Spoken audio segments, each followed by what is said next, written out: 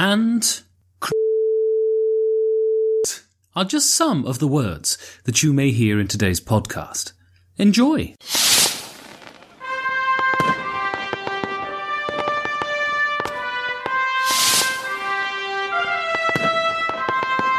Hello and welcome to the Perfect Information Podcast, the board game podcast of excessive jubilation, with me, Yorgos Panagiotidis, and the head that party heads were designed for, Ben Maddox.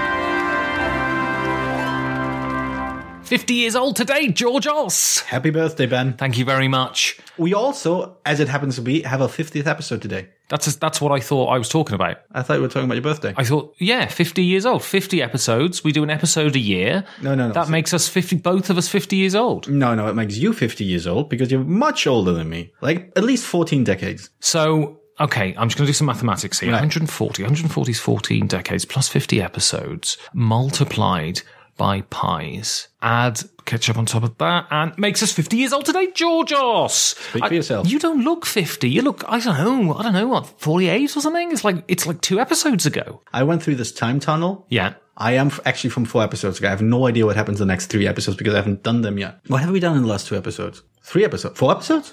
What have we done? What have we done? There was that time when the cats hosted the show, one of the shows, Talking Cats.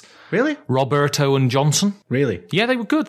We had to go somewhere to save the world, and Roberto and Johnson, the Talking Cats, took over for an episode. Did we save the world? Not meow. Anyway, Honestly. so to commemorate our 50th episode... No, seriously? I did that not now meow thing, yeah. Look, basically, Georgios, I've been on the internet, looking at the internet. I'm still stuck on that pun. Look, fucking Georgios, listen to me now. I've been on the internet, looking at the internet, right? And I looked at that We Rate Dogs Twitter feed. We Rate Dogs. This is Johnny, super enthusiastic, 15 out of 10, right? That We Rate Dogs.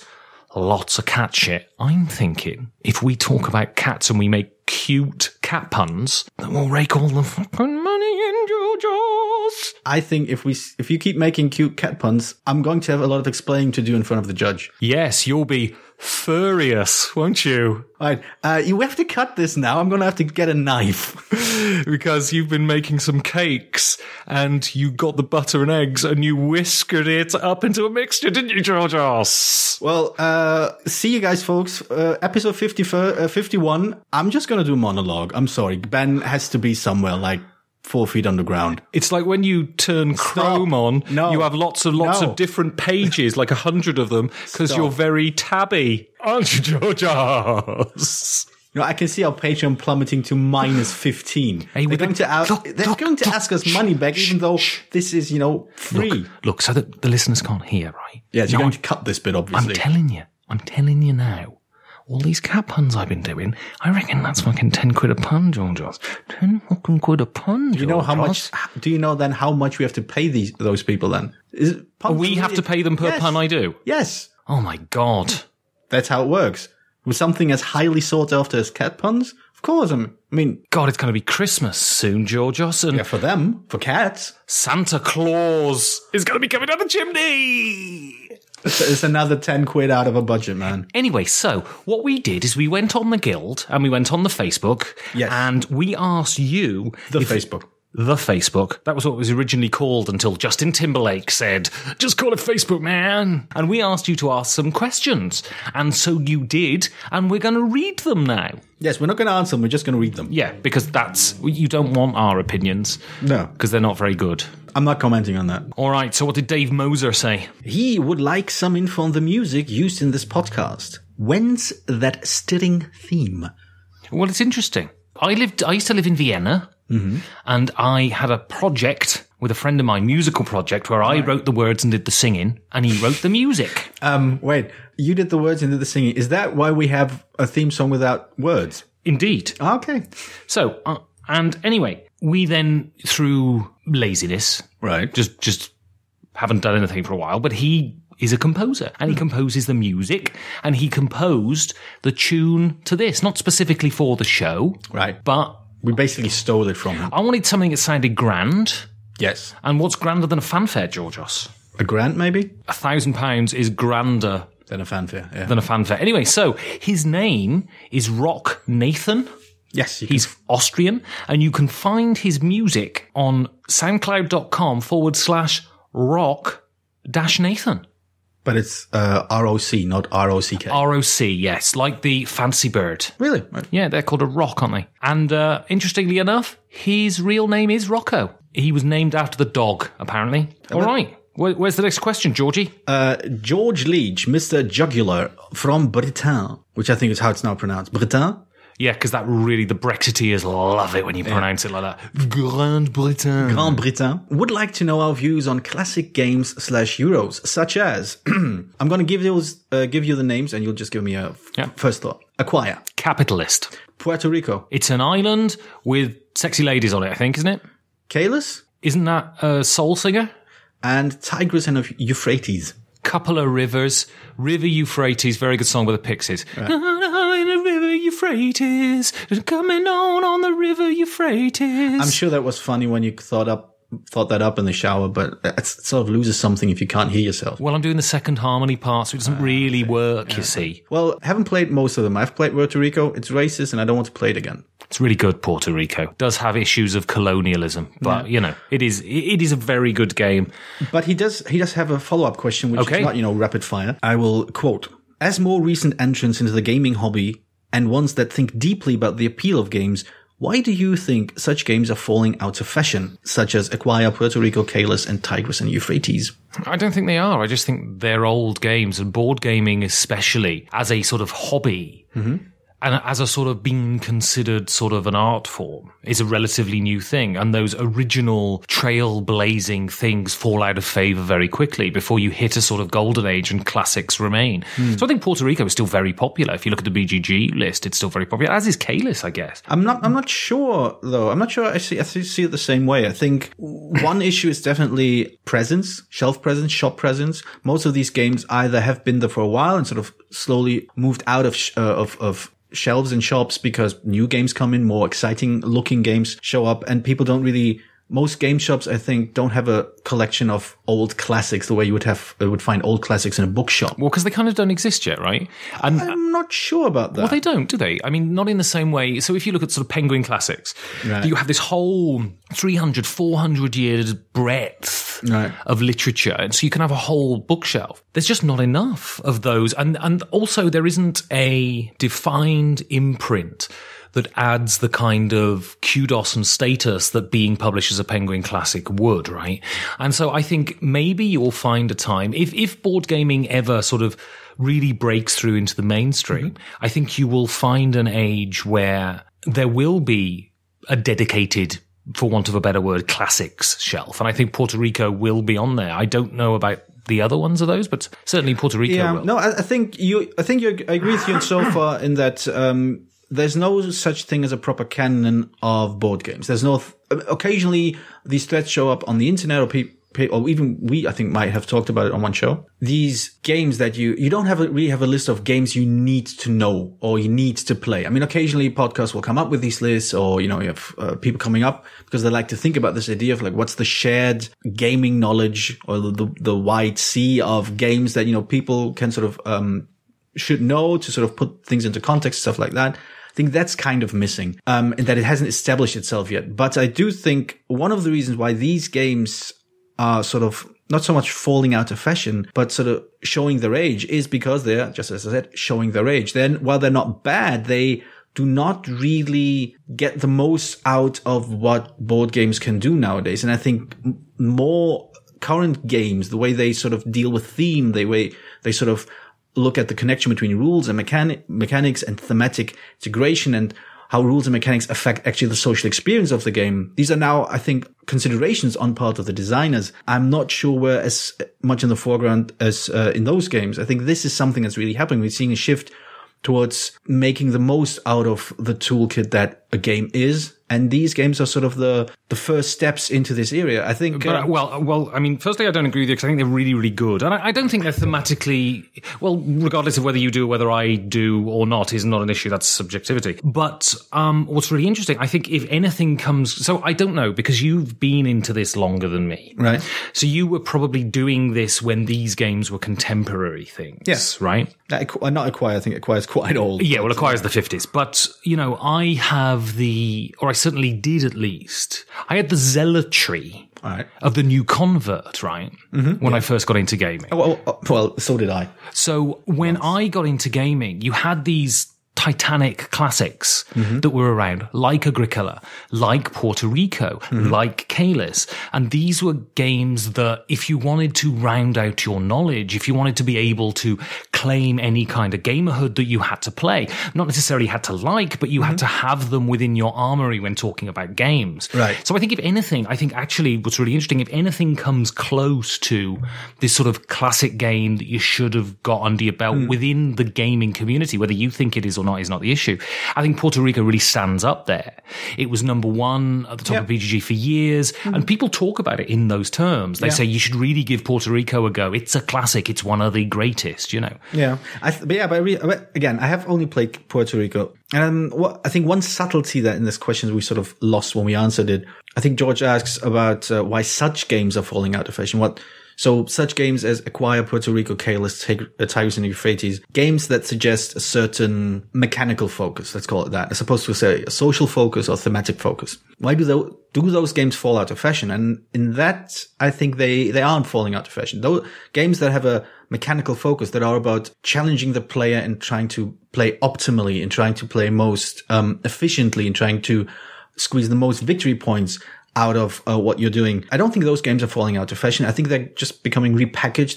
They're trying to become more accessible, both in terms of rules complexity as well as presentation. I mean, games nowadays that were I played First Class the other day. This is very much a game, I think, along those lines of those games. Very much focused on mechanics, very much focused on build your optimal engine, but the presentation is intentionally made in such a way that it seems accessible, it seems easy to grasp and more interesting to play. And you build a train, so it's thematically grounded, right? Even though it isn't really, it's a conceit, but nevertheless, you look at it and you think, they're trying to imply something. Again, and this is kind of trying to tie it back to how I started this rambling answer. I think this is part of why these games are slowly fading out, because designers and publishers are getting better at presenting a better product that does a similar thing. Well, it's this renaissance of gaming, right? This gaming golden age in inverted commas. Right.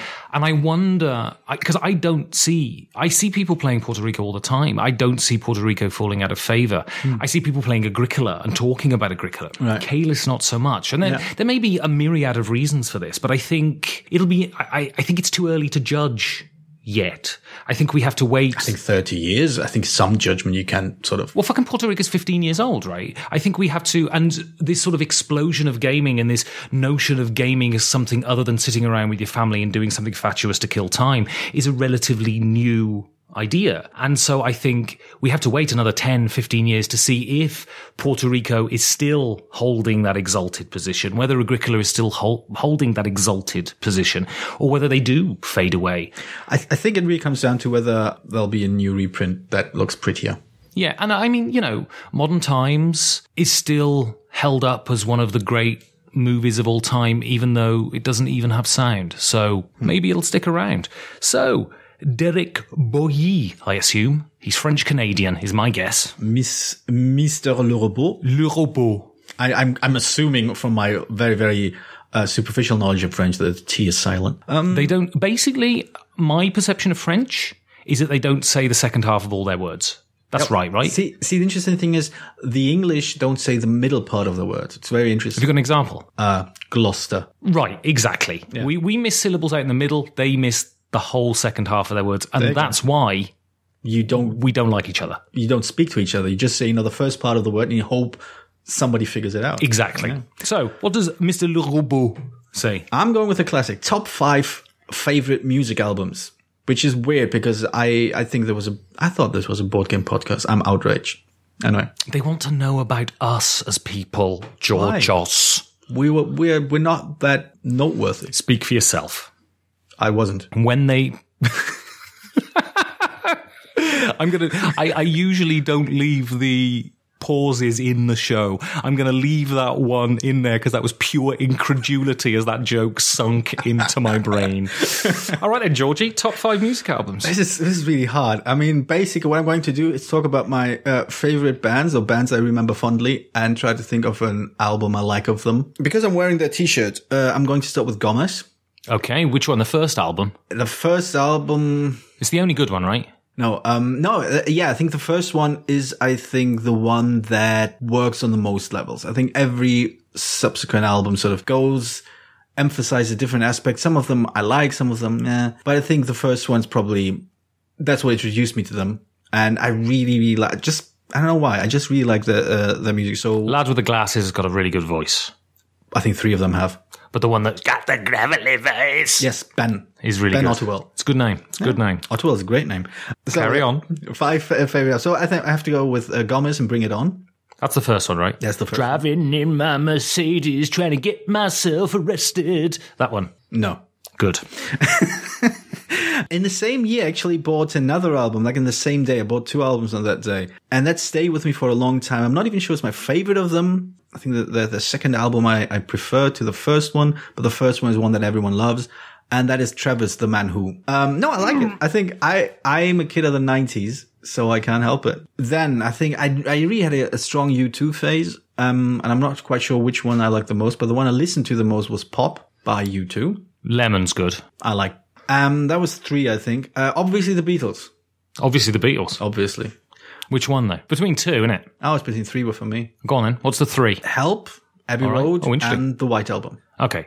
The 2 I would have chosen was The White Album or Abbey Road. I mean... And I would have gone with The White Album because I'm more into The White Album at the moment. But then again, there's always this debate, which one was in the start of the great Beatles albums? Was it Revolver? Was it Rubber Soul? Rubber Soul. I don't know about the start, but which one of them is basically the better one? I kind of prefer Revolver to Rubber Soul, though. Most people do. I prefer Rubber Soul. Right. Because I bought Rubber Soul back in the days when I could buy one album every 3 months. Right. I wanted a Beatles album. I bought Rubber Soul, so I listened to fucking Rubber Soul a million times, right? And it's absolutely spectacular. I think Yellow Submarine is on Revolver, and that's what puts it on top for me. And that was 4. And then 5, I think I'm going to have to go with The White Stripes, Get Behind Me, Satan. Which one's that? Is that the one? One of the later ones. Okay. I really like it. It's, I just like it. I think it's one of the less noisy ones. I think they had like a really, really punky phase in the early albums, like They Steal and White Stripes. And then they had like the really, really art noisy ones. Which one's Hotel Yorba on? I think it's the White Stripes, isn't it? Could be. I like Hotel Yorba. I like most of them. I think I like all of their albums, actually. Fell in Love with a Girl as well. That's the White Stripes. That's the early ones, yeah. Yeah. I really like those. I think those were 5. Yeah. So, now, you may have heard this. This was a big album when it came out. He was the darling of the indie world, and this album I absolutely adore. He sings in this very mannered, kind of Brooklyn hipster way that I usually am reviled by, but the lyrics are so good on this album, the tunes are so good on this album, the intention is so good. You feel that he's not being affected, and it's just pure. And that's I'm Wide Awake It's Morning by Bright Eyes is just astonishing. Every song is brilliant. Then Rock and Roll by Ryan Adams is one of his less regarded albums. It's one of his sort of balled out rock albums. He did an album and the record company rejected it because they said it was too maudlin. It was called Love Is Hell, and they rejected it. I would reject it for being maudlin as well. So he went into the studio and recorded an album in 2 weeks, and the product was Rock and Roll by Ryan Adams. I fell in love with a girl while listening to a lot of these songs on this album. So it has a lot of resonance. So it might not be... That's help for me. It might not be an entirely subjective opinion, but it's absolutely wonderful. Probably the greatest album of the 70s, which is There's a Riot Going On by Sly and the Family Stone, which takes funk and is a absolutely glorious dissection of urban poverty in black communities in the 70s. Right. It's an astonishing album. I highly recommend it. I used to take a lot of drugs when I was younger, and the Brown album by Orbital, the one with Halcyon on it, is absolutely astonishing. I highly recommend, if you get a chance, listen to it. Halcyon, go on YouTube now. Halcyon and On by Orbital is probably the best electronic record ever made. Yeah, my current favourite album, which is by indie darlings Ween, and that's Quebec by Ween, which is just an amazing, I'm going to use the word dissection again, of a broken heart that leads to chemical dependence and how destructive that is. And done with a sardonic grin and a bitter sense of humour. You won't find a wittier, sadder record. Go and listen to it. Honourable mention, Carrie and Lowell, Sufjan Stevens. Anyway. Honourable mentions, if you get them, I get them as well. I'm going to violently pull this back into the mainstream of pop music. I'm a terrible hipster, Georges. I know. Honourable mention, Back in Black, AC/DC. I fucking love AC/DC. I don't care what anyone says. They have one song and they have 15 albums full of it. That's true. I mean, they certainly... I love that song, so I love that band. They certainly aren't complex. There's that. There's Thriller by Michael Jackson. Because amazing album. Now that he's not with us anymore, you can actually non-ironically like his music. It was again. 30-year anniversary of Dangerous recently. Right. Fuck me, it's brilliant. Michael Jackson, from Dangerous backwards, absolutely flawless as an artist. But just one more tip: if you're ever feeling low, we feel low in this world, and you need to get out of it. Just listen to early and mid '60s Motown. Oh yeah, and it would lift you out of any. Just another one. Amazing. Superfly by Curtis Mayfield. Their entire soundtrack is amazing. Amazing. I could just start listing my favorite. All right, we'll move on because otherwise we're just going to talk about music. Yeah. So, Eric Anderson Sundon. What is your vision for the podcast? What sparked the idea to start it? Who do you think listens to the podcast? What is the game of your dreams? There's a lot of questions. Anyway, I did a thing where I put out my vision for the podcast. Mm-hmm. George Oss will do one, I'm sure. Listen to his too. Second one, who do you think listens to the podcast? Who do you think we are? Who do you think listens to the podcast, George Oss? I'm going to go out on a limb here. Yeah. Gamers. It's possible. I think there's a non-zero percentage of people who listen to a podcast who are actually gamers. I think also a non-zero percentage of friends of ours. Well, it's interesting because I have had friends of mine who aren't gamers listen to the podcast. Really? And I've said to them, so what do you think? And they all do that expression. So, oh, it sounds very good. I didn't understand what the hell you were talking about after 5 minutes.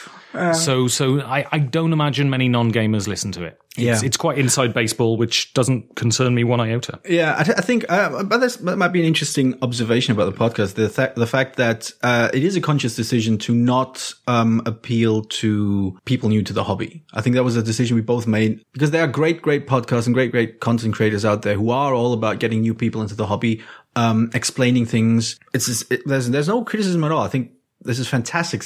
People need to be able to just get into the hobby and find media creators who speak to them in a way that doesn't shut them out. That doesn't. For sure. But we both didn't want to do that for all kinds of reasons.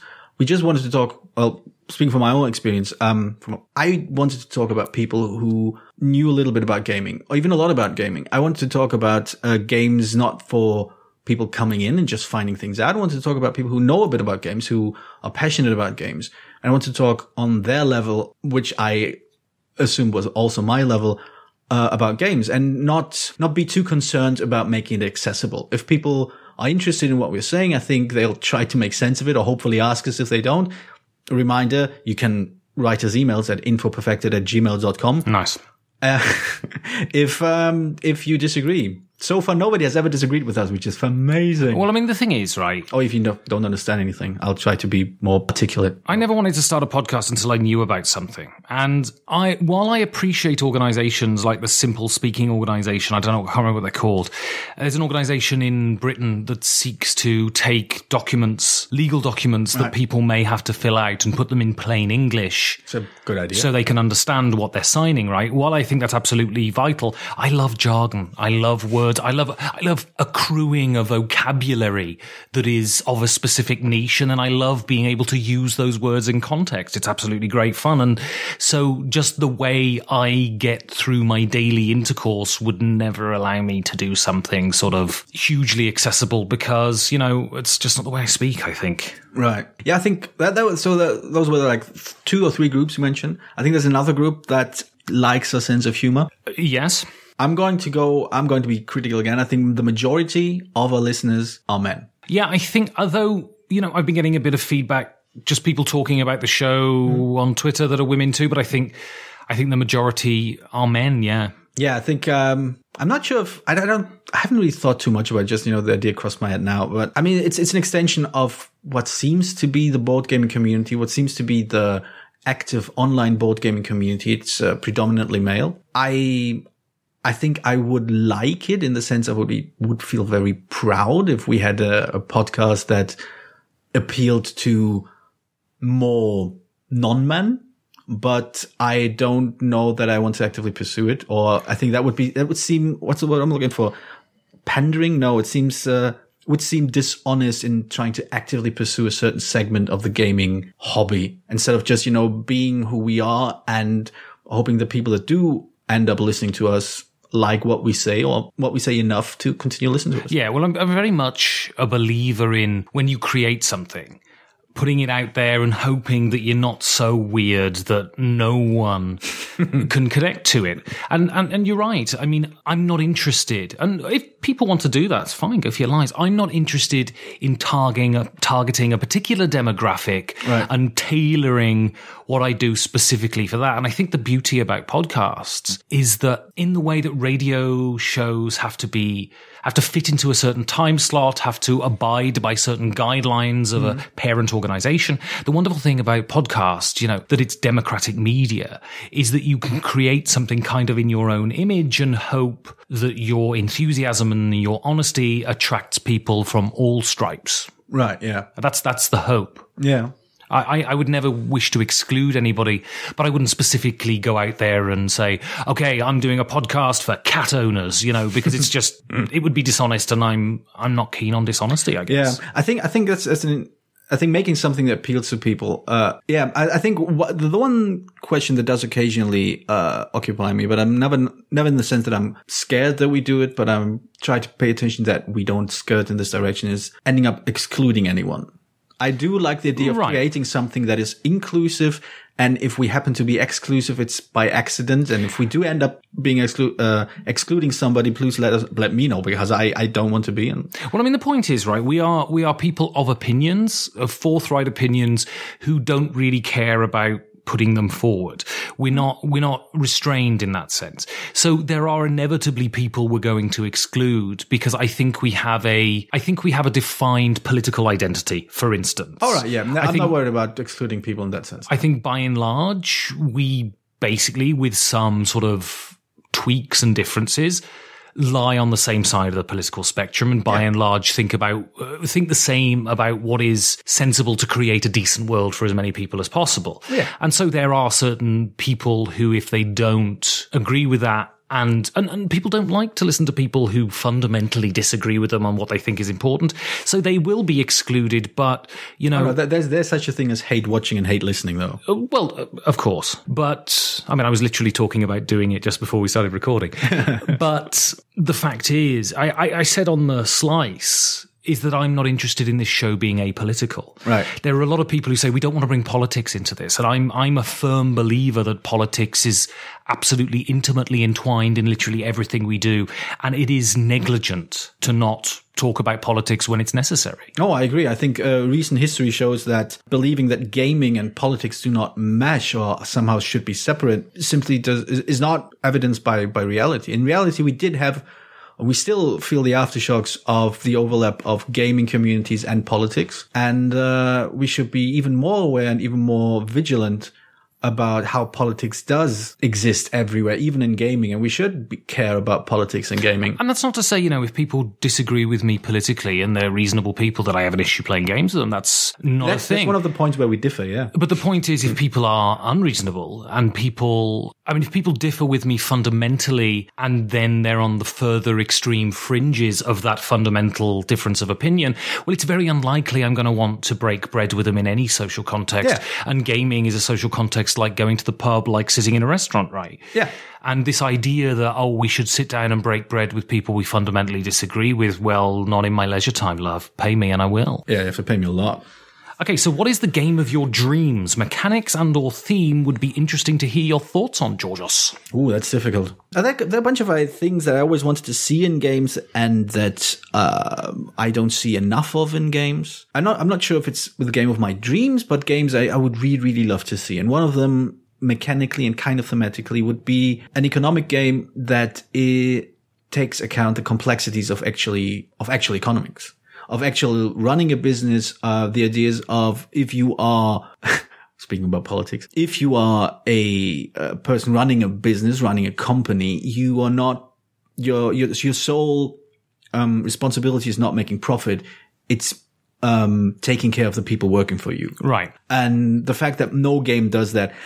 I occasionally joke about how Eurogames are basically just neoliberal propaganda because they're all about efficiency and they're all about ignoring everything deliberately, especially the to the service of maximum profitability. Exactly. And especially to the, at the cost of the social interaction at the table. Both in that you don't maybe not always deal with other people, but that you explicitly are encouraged to screw other people over because that's how you maximize your profit. So I would like to see an economic game that takes all these disparate elements of reality into account in some way and sort of puts you in the mindset of somebody who needs to balance both responsibilities as well as their goal of again, this is a big political argument, but maybe at least making enough profit. Not the most, but enough profit. I like to see games try to do that. That's sort of mechanics. And I want to see games that deal more with a number of victory conditions that allow for more than one winner. I'm very much beginning to burn out on games that end in a king of the hill dynamic. Right. One person wins and everyone else loses. Or if you try to dress it up, they score second place and stuff like that. And, it's just as good because I set my goal to get 50 victory points, but somebody else had 150, so they won. But that to me is sort of, it's a consolation prize you put for yourself. But it still doesn't change the fact that the game explicitly says one guy wins, everyone else loses in various ways. So I want to see more games that deal with one winner, multiple winners, all of us winning, none of us winning. I want to see more variance in how a game can end. That's why I love team games so much. That's why I really, really like the core idea of Dead of Winter, because that was a case of a number of people can win in this game from zero to almost everyone. And I like that because it creates a dynamic that is much more appealing, much more interesting and much more political, even if you want to say that, than what we've known before. Well, I approached a relatively well-known game designer about designing a game together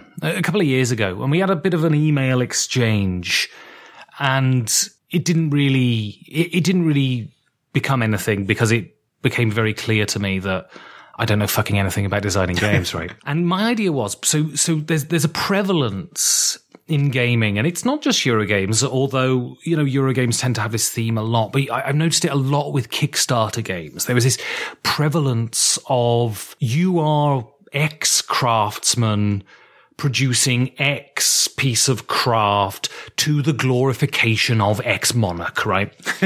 And there's a lot of this, It's a nice way of breaking it down. I like it. Dice Forge, and a lot of these games, King's Architect and all of this. And I had this idea of a game, and what it is a 4-player asymmetric game. Mm-hmm. In which you play various factions in a kind of medieval Renaissance kind of turn of the Industrial Revolution kingdom, right? Mm-hmm. And the game is presided over. The sort of engine of the game is the royal household. Mm-hmm. And it's a tyrannical king, and he is running riot over the country. And you have 4 factions. You have sort of a socialist faction, a religious faction, a sort of businessman faction, and a 4th faction. I've got it written down in an email somewhere, I can't remember. And basically what you're doing, and actually it comes back to your idea. So you have the king's influence on a track or something like this, whereas if it gets to a certain point, the king realizes what you're doing and mercilessly crushes you and everyone loses the game, okay? Mm-hmm.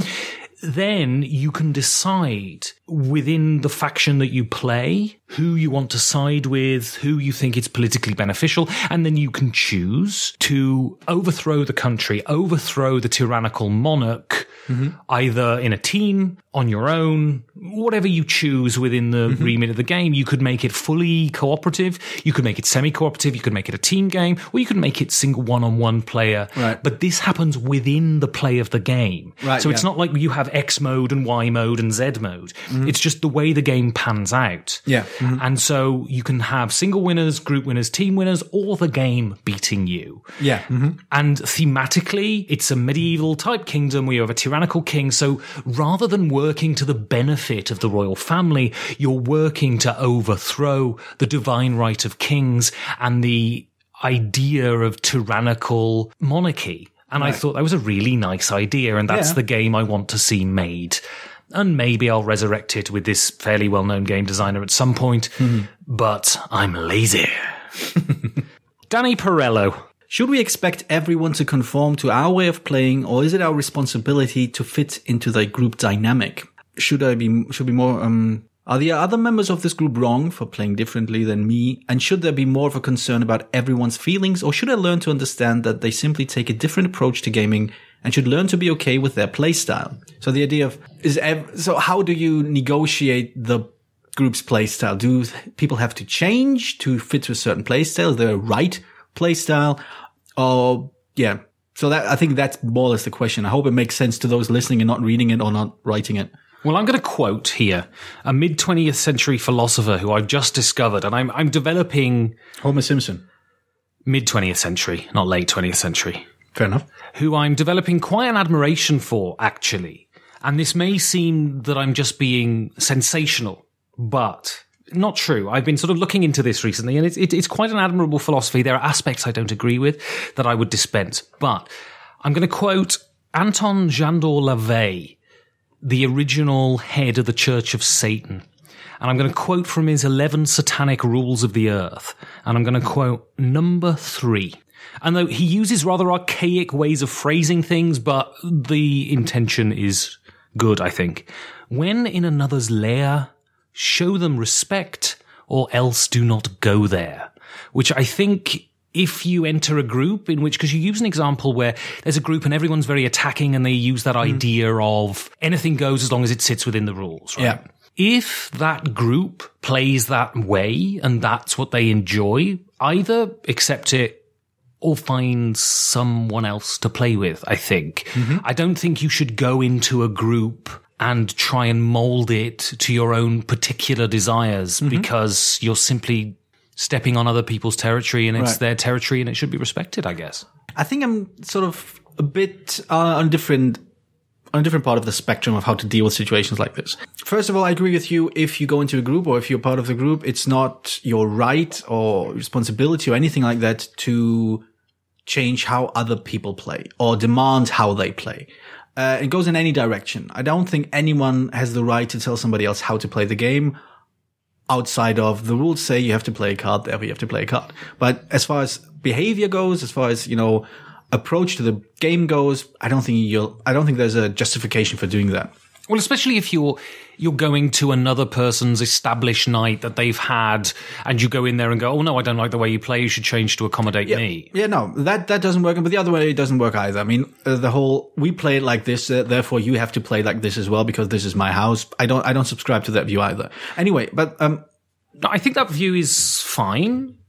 I just don't think it would be a view that I would have. I would try and accommodate a person. Right, yeah. I think if you want to be ingrained in your own way of thinking and your way of doing things, and you don't want someone to come in and interfere with that, then it's also your prerogative. It just wouldn't be my prerogative, right? No, fair enough. Yeah, basically, but I think you can't tell anyone. You don't have the right to tell anyone, no matter if you own the house, the game, or even the people. No. Yeah, I think you can't tell people. I think he also asked the question whether there's a right way to play. And here, I'm going to take a not highly regarded position. I'm going to say, yes, there are right ways to play and there are wrong ways to play. I think at the end of the day, and I don't think, I don't believe in the idea of relativism in any context, really. And I don't believe that any way is the right way to play if everyone agrees to it. Because I think that can leave the door open for some very, very toxic behavior. Okay. It sort of affirms itself by the group that seems to buy into it. But what context are you talking about here? So if you're talking about a public context in which there are other people around, I don't disagree with you. I think that's because you have to take into consideration that you're in a public space. Right, yeah. And there are certain things that are unacceptable within our social mores, right? But within a closed private group in a person's house when they're on their own, can there be does your point hold is what I'm asking. I think you can pursue patterns of behavior, group dynamics that are harmful, that are corrosive, that are damaging, in behind closed doors, with the consent of people. Okay, I'm gonna a thought experiment here. So people have this mode of playing that is not something that either of us would like. That is toxic. That is confrontational. And this is a thought experiment. Toxic and confrontational are not the same. I said toxic and confrontational. Right. Toxic is the one that I think matters in this context. Yeah. But, and as I say, it's a thought experiment, so I don't want but that doesn't really exist, because this is a thought experiment. Right. Cats don't live in boxes and simultaneously live and die. But what if they have this playstyle that is toxic, but all of them enjoy it, right? And it doesn't infect their relationships with other people outside of that particular core of people who they play games with, and they play in a guy's basement, and it doesn't go out into the outside world. Why then can you... I don't see how in this context, and I'm not a relativist either, how a non-relativist argument can work. Yeah, but I'm sorry that I have to break the assumption you put out in the beginning, the thought experiment. But the assumption that your behavior at the game table does not affect... But I set the premises, and then you're just going, no, I don't accept the premises. Then fine, but then don't answer my question or don't answer my question. Right. Which I say, I can't answer the question because this part of the premise I can't accept. Well, why did you allow me to just spend 5 minutes going, this is a thought experiment, and please accept the premises? I didn't know what kind of premise you're going to put up. If you're going to put up the assumption that your behavior at one place has no effect on any other behavior in your life, then this is a premise I can't accept, because this is deeply tied into my understanding of what games do. They teach us behaviors. They teach us how to relate to other people, or not teach us in the sense of we're learning something new, but they normalize certain types of behavior. They make it acceptable to treat people in a certain way, and they sort of exemplify certain behavior. And therefore, this is fundamental to my understanding of why board games are relevant. They make us learn about ourselves, and they make us learn about the people we deal with and how we interact. If you have a toxic environment in which, all right, you claim it doesn't, I disagree with that premise, so I'll carry on with mine if we're disagreeing with premises here, that you can play in a certain way and have a certain attitude over a table within a closed context does not necessarily result in the conclusion that you then go and treat your friends and your family in that manner. Oh, I didn't say that. I said it can affect. I mean, I'm not saying, because I am mean in a game, I will start being mean outside of the game. This is not my argument at all. It's much more, not the argument is more complex, but the way people work is much more complex. I'm saying that if you're exposed to a certain type of behavior, even if it's just watching it on the news, even if it's just, watching it, on your favorite TV show, even though you know this is fake, and I'm not talking about the news, I'm talking about the TV show, I'm talking about narratives. If you know this is all staged, you're still, normalizing this kind of behavior. It's why I get icky with excessive cruelty on TV shows like Game of Thrones. It just feels like, why are we celebrating this idea of primitivism so much with the illusionary understanding that celebrating primitivism on TV does not affect our attitude to primitivism. There's a very different thing from portraying primitivism and celebrating primitivism. I mean, maybe Game of Thrones does. I think it does, yeah. Maybe Game of Thrones does. But that then evokes the argument that, well, if you portray these things, you normalize it, therefore you don't portray them. Well, the purpose of art is to go into every nook and cranny of human experience. That is its duty. But my argument wasn't that, again, I think, again, where I would stop the argument you put forth is that therefore you shouldn't portray it. I don't think saying never do this is a good way of handling the fact that you're normalizing certain things. But I do think once you realize certain toxic ideas or behaviors are being normalized, what you should do is engage them critically, pointing out the dangers inherent in them, which brings me back to my original point. There are bad playstyles. There are behaviors that are toxic, and we shouldn't assume that they're fine because it's just a game. A toxic behavior is toxic behavior. And where we fundamentally disagree is I believe that you can have something that is, to all perception from an external viewpoint, toxic. Right. The way people talk to each other, the way they react to each other within a game, that doesn't have any impact outside of the game. I would like to quote Nick Mariner, who quoted somebody very, very smart, who I right now am blanking the name on. We are what we pretend to be. Therefore, we should be careful what we pretend to be. Yeah, we'll move on because I don't think that's right. Grimbalina. Do you have evergreen games? Games that you're always happy to play and still give a great experience every time? What is it about those games that gives them that always new, always exciting quality? I have one that I'm going to highlight because I've never had a bad play of it. Right. This is a game that could potentially be very contentious. So possibly you have to judge who you're playing it with. But I've never had a bad game of it. It is always hilarious, uproariously funny. And it was one of the first games I bought, and it's still a game I play to this day, and that's City of Horror. Mm-hmm. City of Horror is just spectacular. City of Horror models all the worst aspects of self-preservation in the human race and does it flawlessly and hilariously. And I have played this game with big, hulking, mouthy idiots and tiny little wafy, quiet, shy girls. And it promotes the same kind of behaviors from everybody by the end of it. Everyone's killing everybody else and everyone comes out of it having had a riotously good time. So I would recommend you go out and get that game. It is the best zombie game out there. All right.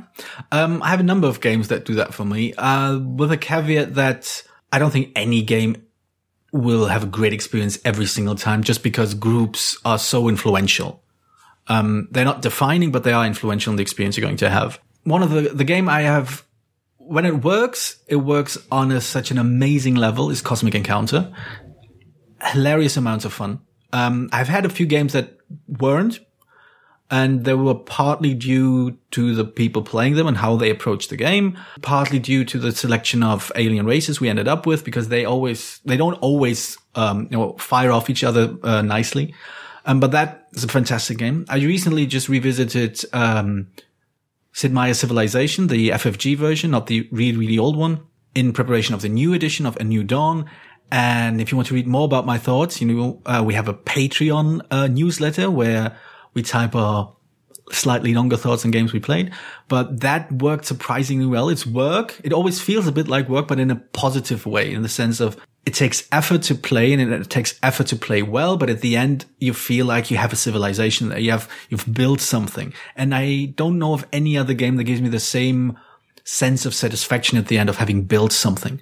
That works beautifully. And the game we are going to talk about later, Chaos in the Old World. Holy shit, it's good. I'm, every time I've played this, I played it yesterday, with people who've never played the game before. And while it did occasionally show its age, by the end you realize if they had known the game, if they had played it once more before, this would have been an amazing time. You can see everything laid out to work perfectly. It's like a machine that produces pure gaming fun. Excellent. So, another one from Danny Perello. All right, excellent. Is it ever okay to cheat whilst playing a game? Georgios. I'm going to say 90% no, 10% yes. Now, maybe the percentages are probably wrong. I'm not a mathematician. Generally, no, because what's the point? I find it completely pointless to cheat in a game because the ultimate purpose of the game is not to win, but to play and to enjoy the act of playing. If you're not enjoying the act of playing and the only way you can enjoy it is by cheating, there's an issue somewhere. You're probably not into the correct thing, right? Yeah, you probably have an issue with the game, with things how they shape up, stuff like that. But the exception I will make, and also ties into the other question that Danny had. I think you can make an argument that it's okay to sort of bend the rules, break a few rules subtly, if it is about being nice to someone. Instead of going to the abstract, I'm going to take the cheapest, most obvious example. I'm not going to play every game I play with my son by the rules if it means he's going to keep losing. It's just not going to happen. I have no interest in just, sitting down and telling him that he's lost because he's good enough, because that's absurd. It's not a sense of being condescending to other people, but sometimes people have a bad time, not just because of the game, because they have a really bad time. And I could not bring myself to play a game to its fullest extent, to pursue my strategies mercilessly if I know somebody's having a shit time and they're being nice, just showing up to game night. I'm not going to beat down on them. I will refuse to do that. But that's not cheating, right? That's just playing suboptimally. Yeah, right? But if that means I need to break a rule, I need to conveniently forget a rule that will punish them, I'm okay with doing that. And I think I would be okay with other people doing that at my table. So I agree with you on all of that, but I have another instance in which I think cheating is perfectly permissible. If you're single. Oh, wait, that doesn't work. Eating ain't cheating, Georgios, right, to quote Arnold Schwarzenegger. No, I think it's perfectly permissible to cheat if you're having a fucking miserable time, you're hating every second of it, cheating will improve your time and no one else finds out. Then it's perfectly acceptable. Because fundamentally, there's no money riding on this. And I mean, I personally don't cheat, although I may have done in the past, but that's probably due to ignorance. But yeah, I think if you're miserable and just giving yourself an extra 5 coins that enables you to do that thing that will make you feel better, as long as no one else finds out, you go do it. No one cares. So, what's the next question, Georgie?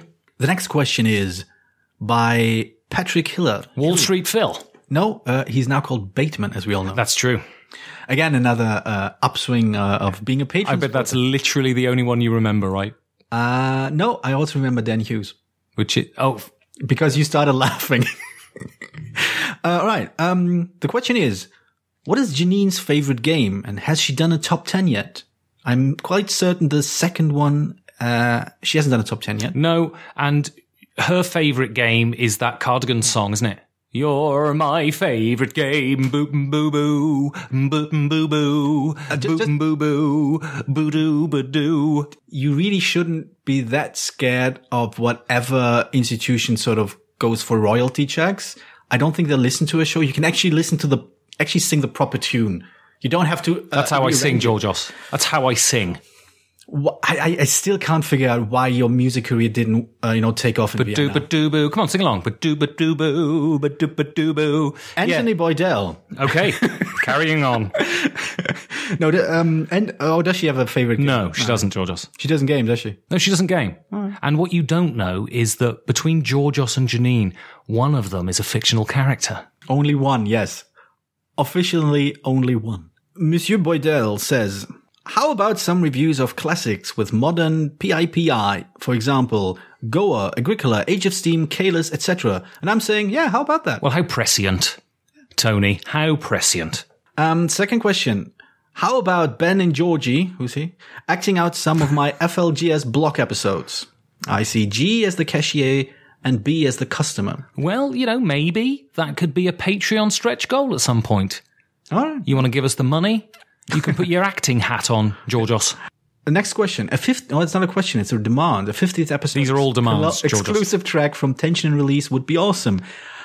They are unfortunately on hiatus. Well, firstly, they're no longer Bloody Tension and Release. They've changed their name. They've got a tyrannical new frontman, so they're Costas and the Bazookies now. Yep. And anyway, I wouldn't countenance it because they broke my heart.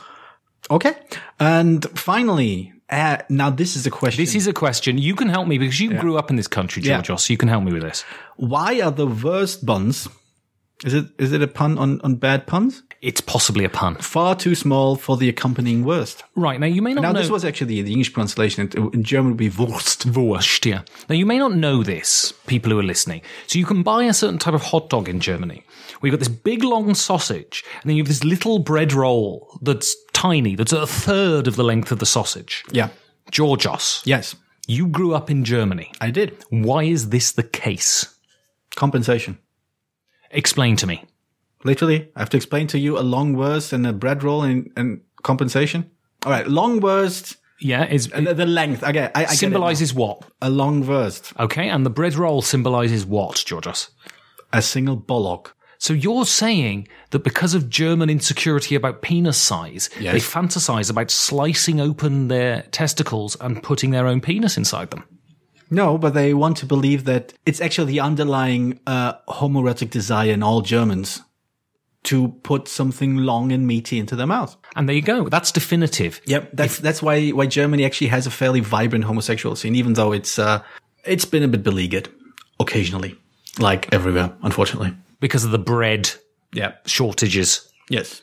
All right, so Nicholas Marinaner. I've heard of him. I've heard of him as well. Why isn't my segment longer? And I was going to, he wrote this, and I was going to write some joke about him having a small penis. Yes. And then George Leach responded, genetics. Yeah, that one-word answer is really good. It was really, it's funnier than what I was going to write. But nevertheless, you stole my joke, George. All right, so another question from Derek Boilly, Mr. Le Robot. I think he's very inquisitive. When, how, why did you meet? Well, the two of us. I think he's meaning the two of us. Yeah. So explain this, Georgios. It was a public meetup from the meetup group. You got a bit steamier than that. You could have said like a battlefield in 17th century France or something. It was close enough. It was a battlefield across the stars. It was a TI3 game, wasn't it? Was it the TI3 game was the first one? Maybe, yeah. We played game of TI3 with all the expansions. It was a stupid idea. Real stupid idea. 8 players. I think at least half of them had never played it before. Literally 2.5 hours explaining the rules before we started. Yeah, and another 2.5 hours for the first 2. I think after 4 or 6 hours, we had finished 2 turns or something. It was utterly absurd. I could sort of see a gem of fun and excitement buried underneath all the bullshit, and I loved it, and I wanted to play again. I'm not quite sure. Was that the first time you played Twilight Imperium? Really, was it? Yeah. Bloody hell. And the way I remembered, you were not quite as taken with the game as I was. No. It degenerated into acrimony very quickly, and I detested the whole experience. And the poor lad who brought his game with all the expansions, he's a really nice guy. He is. And just, because you feel this sense of ownership if it's your game, right? And if it's, you shouldn't, but you do. And it just tanked, and it was fucking horrendous. Yeah. And I felt really sorry for him. I know, but I have to thank him for introducing me to TI3, and I really enjoyed it. And it's the reason why I hope to have TI4 in November. Very exciting, Georgios. Okay. That's the exciting story. Yeah, that's how we met. So we go to the last 2 questions from an Irishman. All right there, Paddy. And literally his name's Paddy. So I'm not being a racist. Any more than usual. So what do it in an Irish accent, Georgios? I can't do an Irish accent. I actually know an Irish person, and she doesn't listen to the show. 2 actually. They don't listen to the show. No, I've got an Irish friend who doesn't listen to the show either. All right. Who's going to win the Essen game of a Bluxom? Me or Ben? This is Patrick from Crafty Players. Yes, didn't they change their names? I thought they changed it. I think he's started a new venture called Shamrock Games or something like that. Shamrock Games, And so if you don't know, we're going to throw down a game of a Bluxon in Essen. A Bluxon. Thank you. Yeah. Perfect Information versus Crafty Players. Gamers. Players. Right. And whoever wins gets the glory. Yes. And he's going to buy me a pint, and I don't know what Georgios will drink because he doesn't drink beer. Yeah, no. As I said, it was a joke that only I got. I'm more of a shot caller in that I call for shots. You call the shots. Yeah, for me, basically, yeah. Okay, so who's going to win it? I have played it once. Okay. I haven't played it at all. Yeah. And as far as I can tell, they're actually preparing for this game by playing it, which means I think we're probably going to lose. But that just, now I have to buy a pint for someone. USA, George, USA. They're not playing. That's what you shout. That's what you shout for sporting excellence. USA. That's what, when the Olympics and that. USA. I thought is it Mexican? Yeah, that's what the Mexican team shout. USA. Exactly. That is quality. Yeah, quality. That's my level. All right, number 2, Georgios. You naughty boy. With so much invested in board games, playing, writing, podcasting, etc., do you ever fear you're becoming one-dimensional? How do you prevent that with so much time dedicated to one hobby? I have an answer for that. Answer this, Georgios. As a parent, I can tell you only have time for one hobby, so it's not an issue.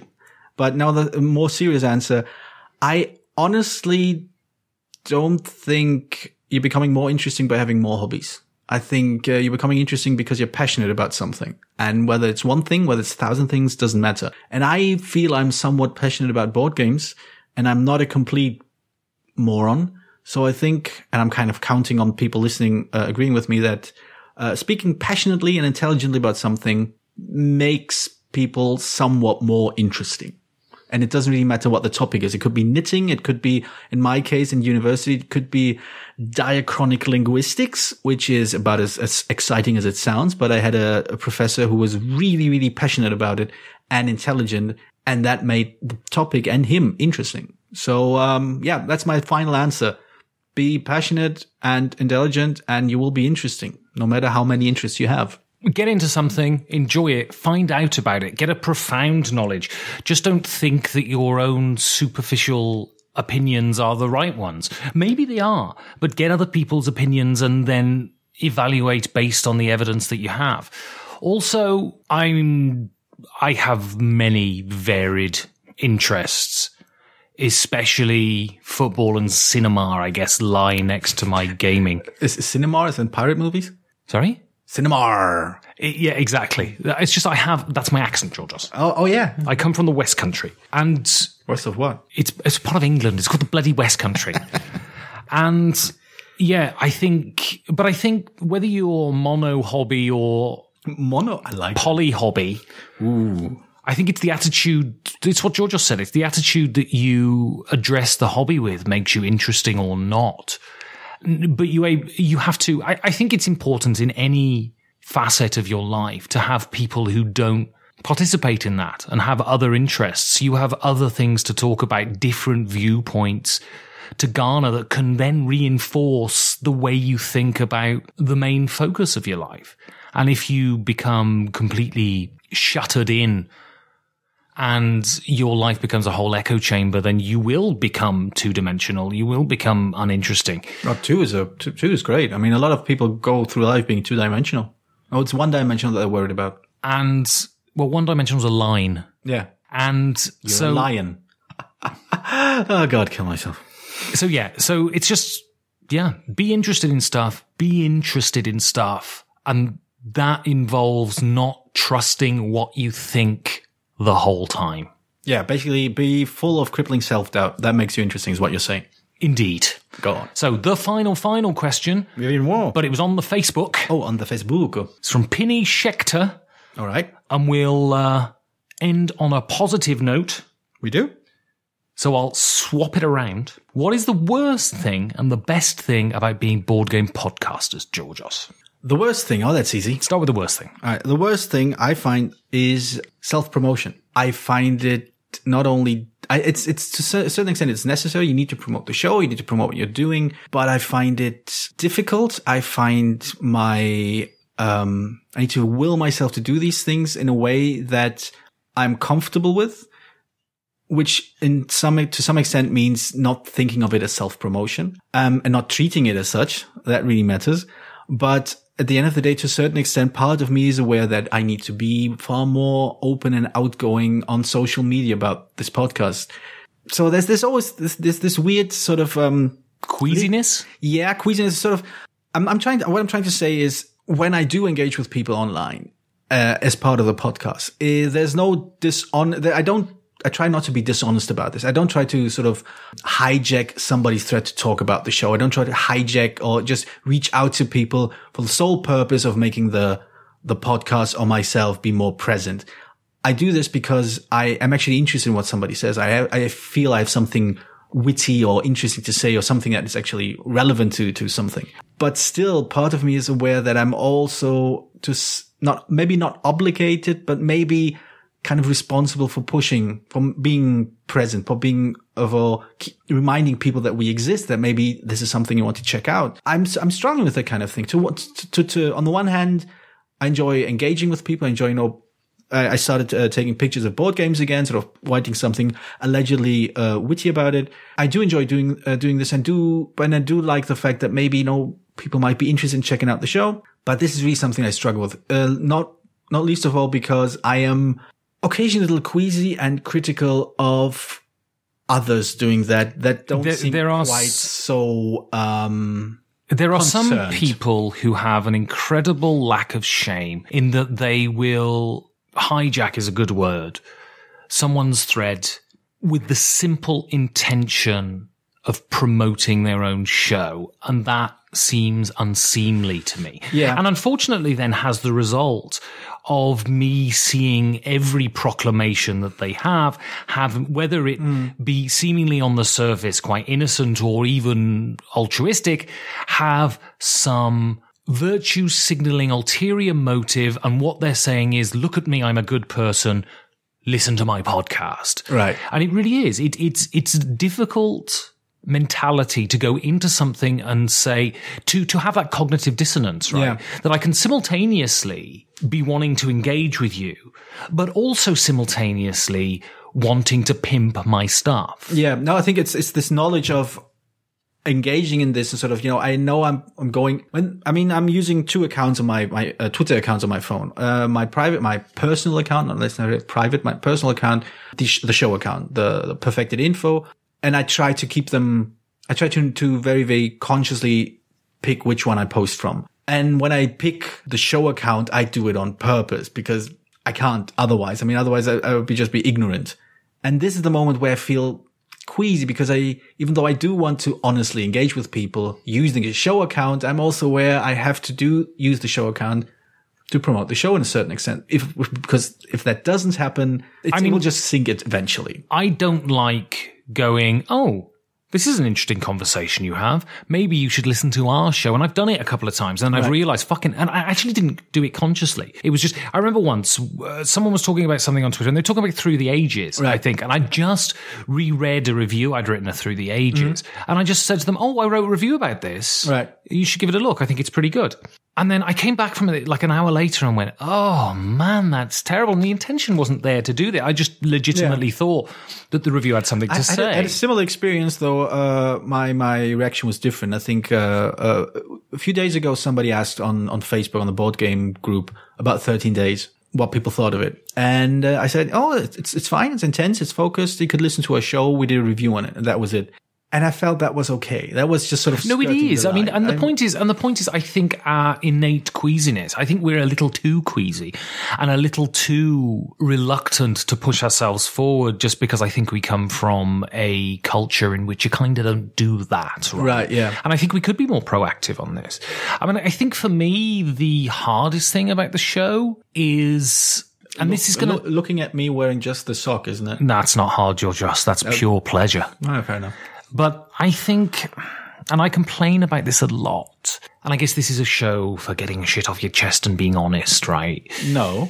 And Georgios has to sit there and listen to me moan and rant in terms far stronger than I'm going to now. But I kind of sometimes think, and this is, there's no way to phrase this that sounds good, so I'm just going to say it. Why aren't we more fucking popular?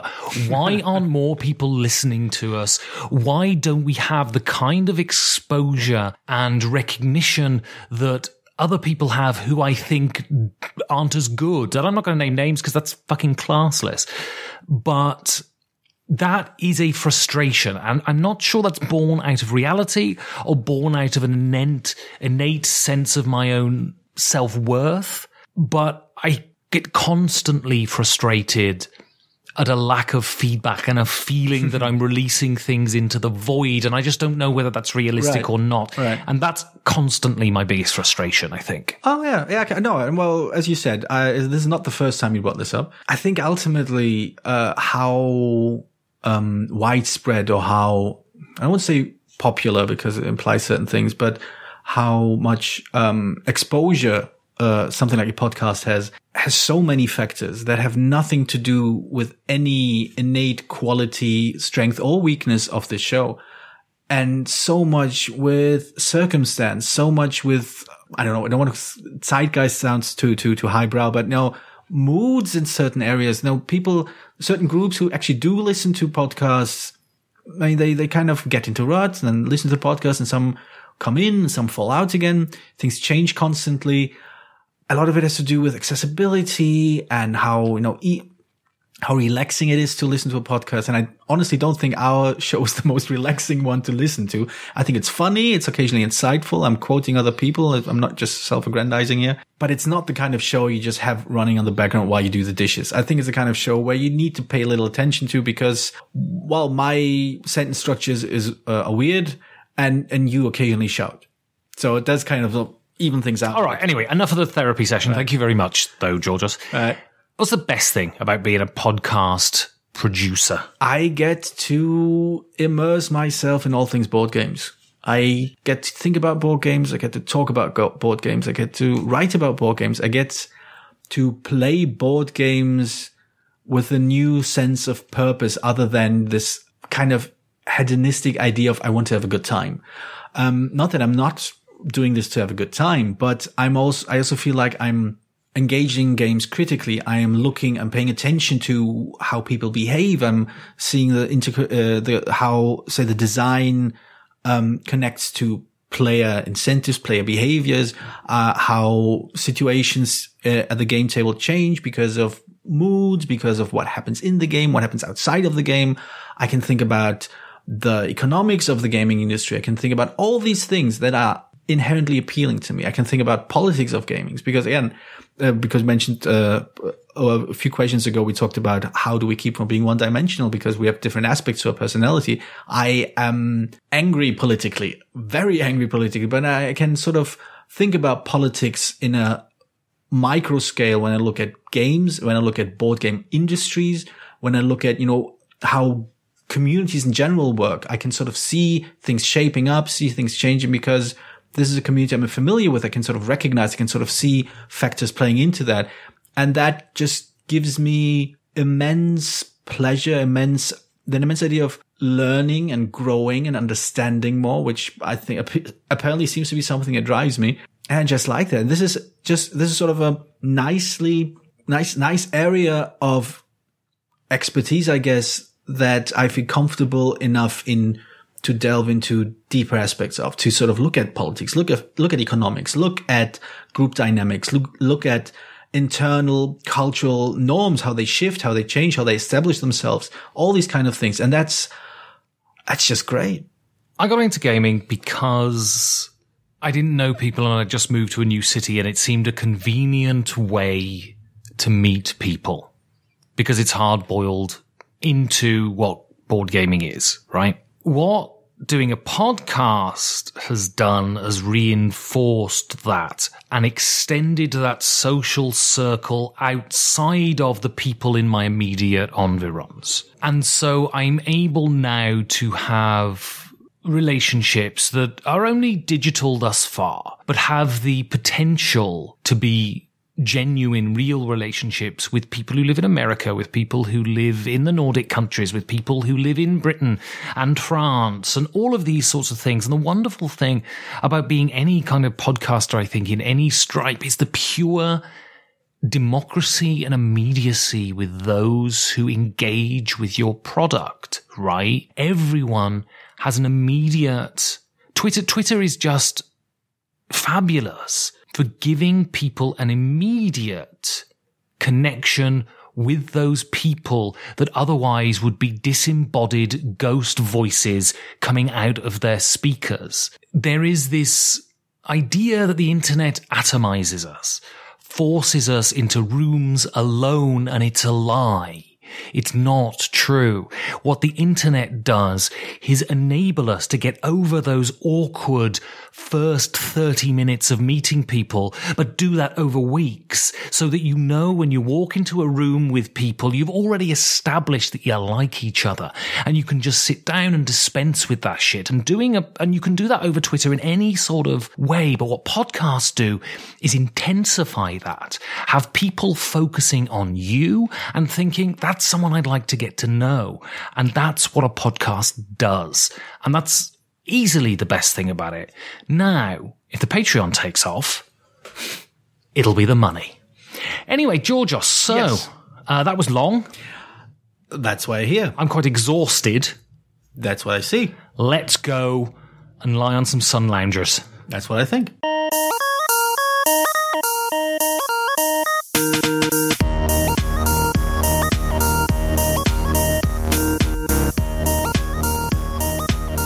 This is the 50th episode of the Perfect Information Podcast, so I wanted to take a look back at all the hilarious and insightful moments that Deep Design has provided over the last 2 years. But it was literally too much to even mention the laughter and the heartfelt moments, the life-changing events that caused the entire world to hold their breath.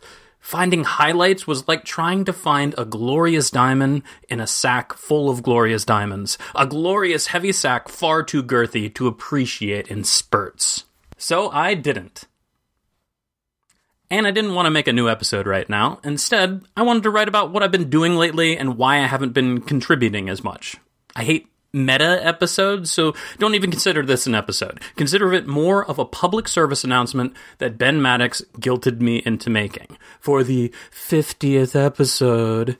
Therefore, everything I talk about is all Ben's fault. And since Georgios didn't even send me an email, we'll just say it's even more his fault, and also Nick's fault, and probably your fault as well. So what have I been doing in my temporary hiatus from creating segments for this podcast? Well, I've been writing endlessly for a game called My Father's Work.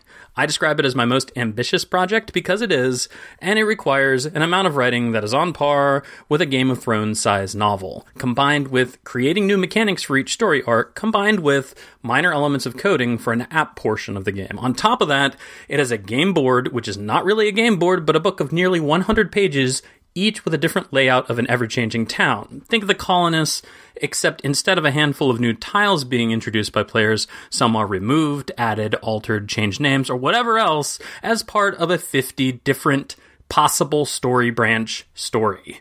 And on top of that, each of the 4 story scenarios introduces its own sets of tokens, cards, and components that will never be seen in other scenarios, and less than 50% of that content will be used during a first play of a single scenario. Yeah. Also, I started work as a part-time game developer for Artana, known for their games Tesla vs. Edison, The New Science Einstein, and countless others. You can shoot an email to hello@artana.com, that's ARTANA.com, if you'd like to help print and play and blind test some of the games I'm helping to spruce up in the future. It's super helpful, and now I know I'll have some co-design credits too, so it'd be like playing TC games that are kind of his, and also kind of not. But it's kind of cool. Also, Gen Con happened. It's an important time for me to renew gaming connections and shake a gazillion hands and walk around this huge floor with a gazillion people, which I did while appropriately armed with hand sanitizer that is supposed to smell like an ocean breeze, but really smells like blue. It smells exactly like the transparent color blue. So luckily after Gen Con, my mom died. I say luckily because I have an extremely dark sense of humor, and I want you to feel ashamed of yourself if you laughed out of surprise, but also because while I was at Gen Con, my mom was put into hospice care. Last Halloween, I made a joke during the Halloween episode about my mom blaming me for pancreatic cancer. Just like this joke, it was in total poor taste. But seriously, I recommend skipping the next minute until you hear this music if you recently had someone pass. Just fair warning, since I already shock valued you with the whole death thing, I will give you a second. If you know hospice care, which I didn't at the time, hospice care means you're about to kick it. It means feel free to mix your Percocets and morphine pills, because you probably don't want to feel anything at this point. All right, so as I wrote this line, a guy in the parking lot of the grocery store I'm at just kicked his empty shopping cart like 5 feet away, let it roll off, and into some random parking spots, almost into the middle of the lane, and then just drove off. What a fucking dickhead. Like, seriously, who does that shit? Ugh. Anyway, back to my mom dying. The cool thing was, I was lucky that she held on past Gen Con. I got to come home, I drove to her apartment, she recognized me, barely. I assumed that it was probably the last time I would see her. I spoke to my sister for a few hours, my dad was slightly in denial, I got to say goodbye. Then on Sunday night, she passed at home. And that's the thing. I'm trying to erase those final few months out of my head. Final 2 years even. I don't want to remember a skeleton with bruises. I'm even fine with remembering the catalyst to all of this, when she turned complete yellow with jaundice. Because obviously then she was sick, but it was more like Veruca Salt in Charlie and the Chocolate Factory. Except instead of turning into a blueberry, she was turning Asian, which is horribly insensitive, and I apologize. Back to my dead mom, though. The worst part was that after she died, I had a dream that she was fine and exiting the hospital with a smile on her face. She was about 10 years younger, and there was a flower vase on the table. Her hair was long and wavy and light brown, like back before she was dyeing it, or back when she was dyeing it, and not cropping it short and gray. And she gave me a hug, like a long hug. And it felt so real. And when I woke up, I was hugging my arms to my chest, and I felt stupid because it was like a scene from a stupid movie. I felt like a hack for imagining such a bland, emotionally manipulated scene. I haven't really written anything since Gen Con, so I felt like forcing you, dear listener, to feel bad for a little while, because if it wasn't my fault that my mom had cancer, it only stands to reason that it was somehow your fault, and I want you to know that I blame you, but I also forgive you, because I'm a really nice person, you know?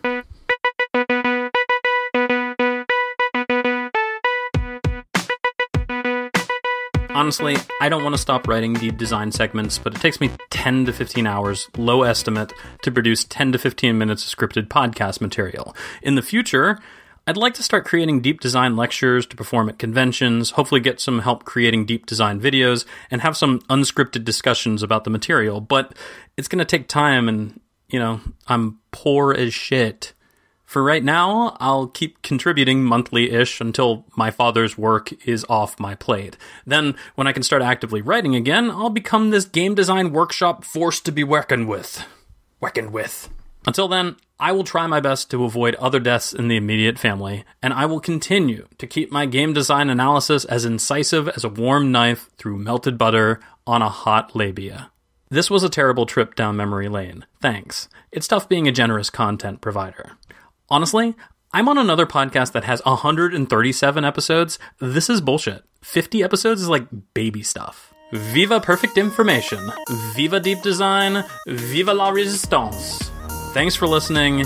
Here's to 50 more.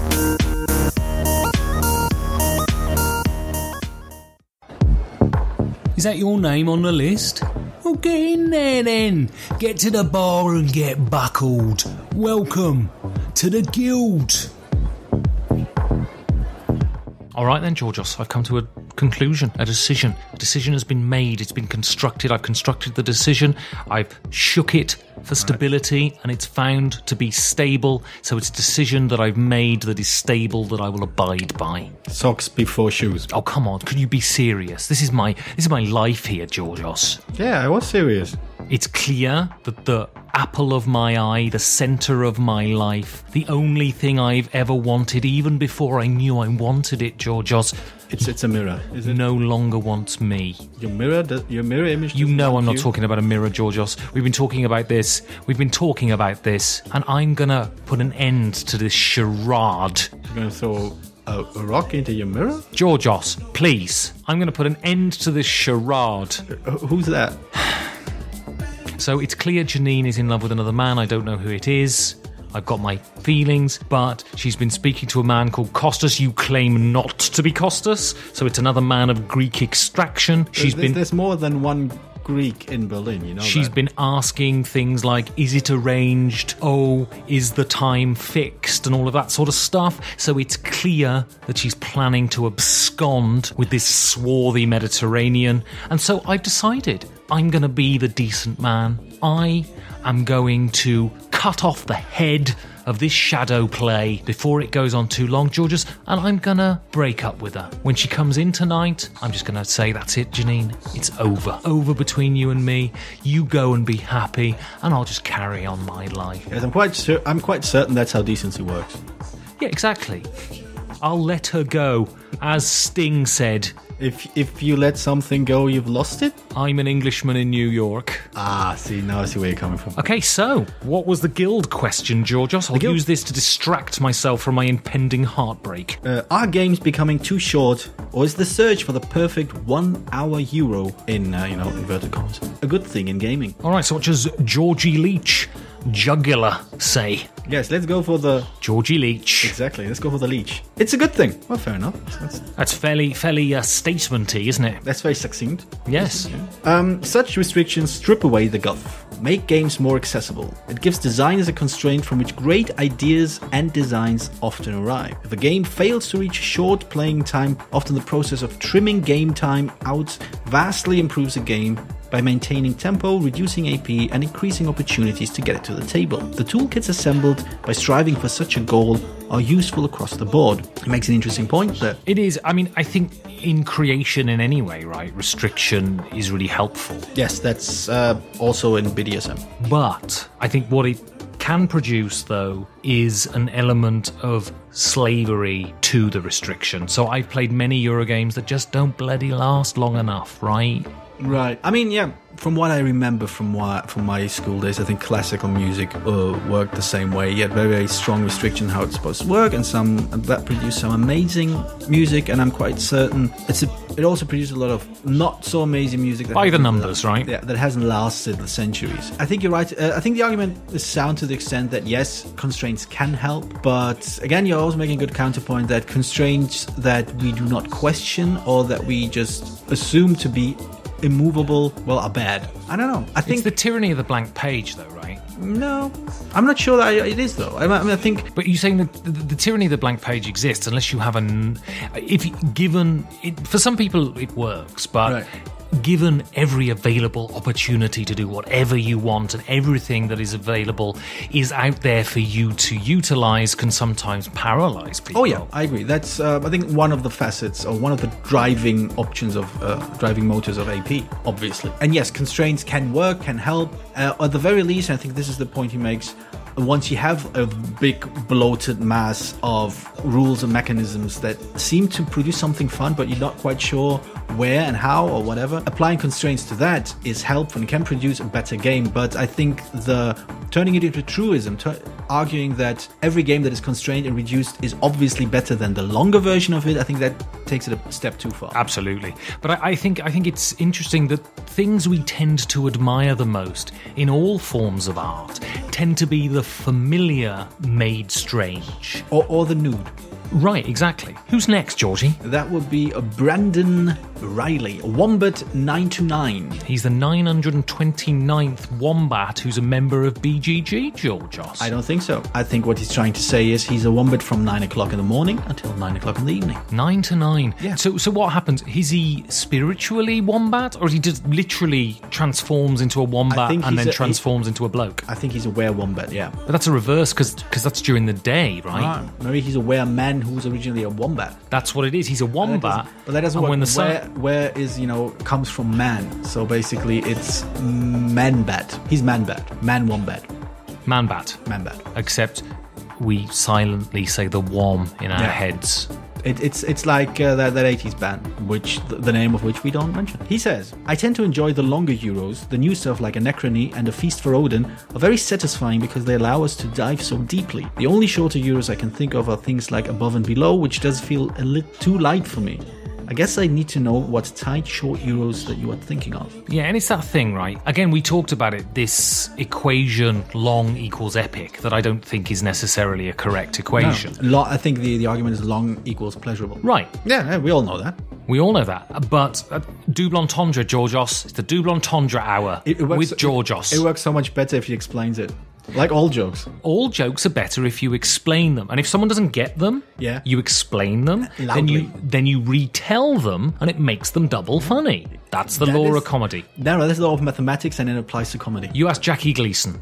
He'll tell you. Yeah, I don't know. And I think what it boils down to fundamentally is that some long games are great, some short games are great, and we like to retrofit judgments onto them.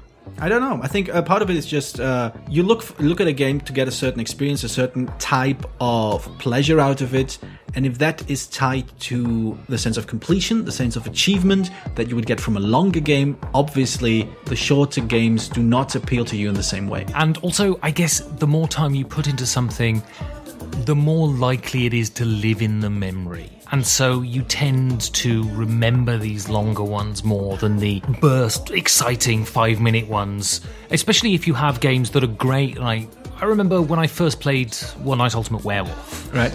I really enjoyed it. It Right. took me a very short time to not enjoy it anymore, but I really enjoyed it initially. But all of those, because we played it, because it's 5 minutes long, you play one, then you play the next, and you play the next. Because that's how the game works. You have to play multiple times. And so we like to sort of remember singular events, and they all morph into one long sort of thing. Some are great and some are not.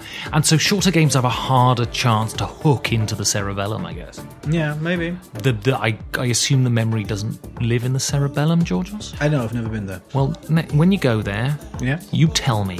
Oh, I will.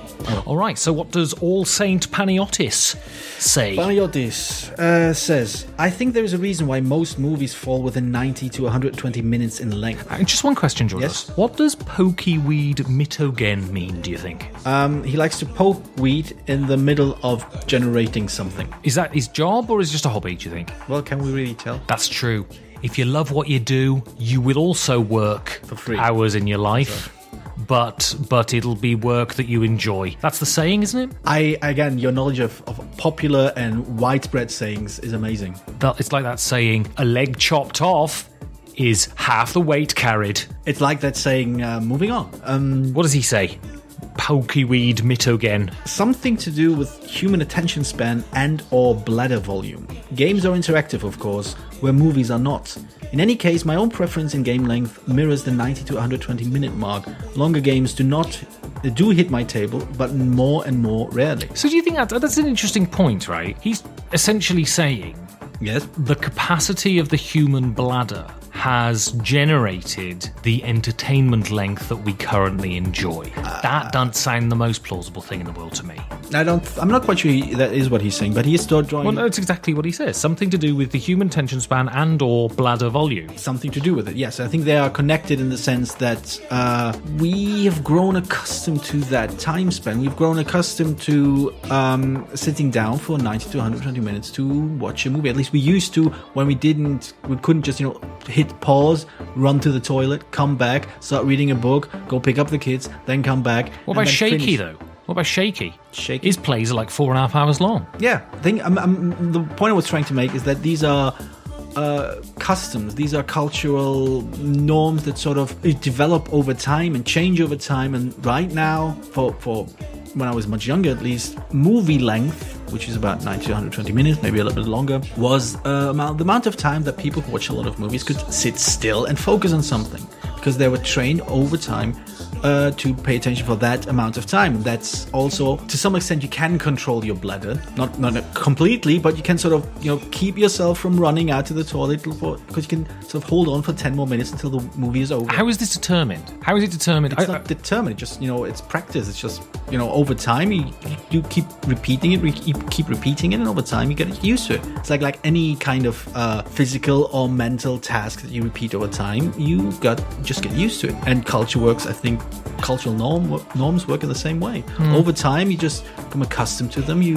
know what your body, your mind knows what to expect, and they sort of adapt to it. And that's the thing. That's why I don't think the 90 to 120 minute thing, I don't know, I'm getting that he's kind of implying that it's this fixed sort of golden mean in which art forms lie, and I don't think it is necessarily. I think that it'll change exactly, as you say, due to custom, and I don't think biology factors into it particularly, because I've held on to Wiis for a long time when I'm unable to Wii them. And what's interesting is they go away, right? Brilliant argument and point to bring up in this context. I like that. I like it. I choose anecdote as scientific evidence, Georgios. That is my prerogative, and don't constrict my freedom. But, going back to games, I think you can also see the difference in playing times changing. You had, games in the 70s and 80s where, you play one game the entire evening is normal. It's fine. Nobody looks weirdly at it. And nowadays, a game like Hunter, a game like Illuminati, like games from the 70s and 80s that would take 4 or 5 hours for no pressing reason, people just don't pick them up. And I think it makes sense, because why spend so much time on a game when you don't really need to spend so much time to get something out of it? Well, it's like last night. I was at Weekly Game Group. Right. And I played Sulkin, and then I played Skull King. Right. But what's really interesting is, I think part of the reason that games are getting shorter, and then people are more attracted to games getting shorter, therefore it's a sort of it's a feedback loop, right? Is that people play in sociable contexts, not just within their own groups. They play in game groups more. And could be, yeah. What was really great is I had my hour and a half, 2 hours of Tolkien, heavy, concentrating, working out a puzzle. Then I played Skull King, but with different people. So we were able to mix and match the groups. And I think people are attracted to that. Right. So I can have my 2 hours with these people, and then I can get up and I can just go over to another group of people and have a different experience. And I guess that's why games are demanding a shorter length. I think there's also the fact that we are taught in our culture to overvalue every single minute we spend doing anything, that every minute we save is somehow miraculously more important. So we buy all these machines, we buy all these things, we structure a day, and all of a sudden we have allegedly all this free time, which we never do, and somehow we shouldn't waste a single minute of whatever we do, and we can't really just sit down and just spend time not making the most out of the minutes we have. Of course, it's the great irony that these great labor-saving inventions like email and chat has just enabled us to work longer and longer hours. I am constantly, when I was teaching English, I was constantly surprised by the amount of people who would say to me, no, I love having a smartphone now, because it means I can start sending emails on the train to work. And I'm like, what the fuck? That's the weirdest reason to have the best reason the only reason honest men have smartphones is so they can look at porn on the train. Anyway, Georgios, well, But you do know that time is a concept that was made up to manage labor, right? Yes. So basically, what I'm trying to say is maybe we shouldn't be so slavishly pursuing the idea of maximizing our time spent. Yeah, don't look at your watch so much. Yeah, your phone. Georgios, sorry, yes? could you go? I could. Because Janine's just come in. There you go. I've got to have this conversation. Yes, you have a conversation, but I suggest you maybe start asking her what she wants to talk about. I've come to my decision, Georgios. Let her talk. I've come to my decision, Georgios. Maybe we should go to another decision. Leave the table. Whatever. Hello, Janine. Take a seat. Thank you. Janine, I'm just going to come out with it. I just want to say that... Ben, please, give me 5 minutes to let me speak. I've been thinking long and hard about our relationship, and I've come to a decision. Go on then, Janine. Say it. Ben. Yes. Will you marry me? What? I'm fine. We are Costas and the Buzukis, and we congratulate Benjamin and Janine to the superb engagement, and we would like to play the song for you. Elate παιδιά, 1, 2, 3.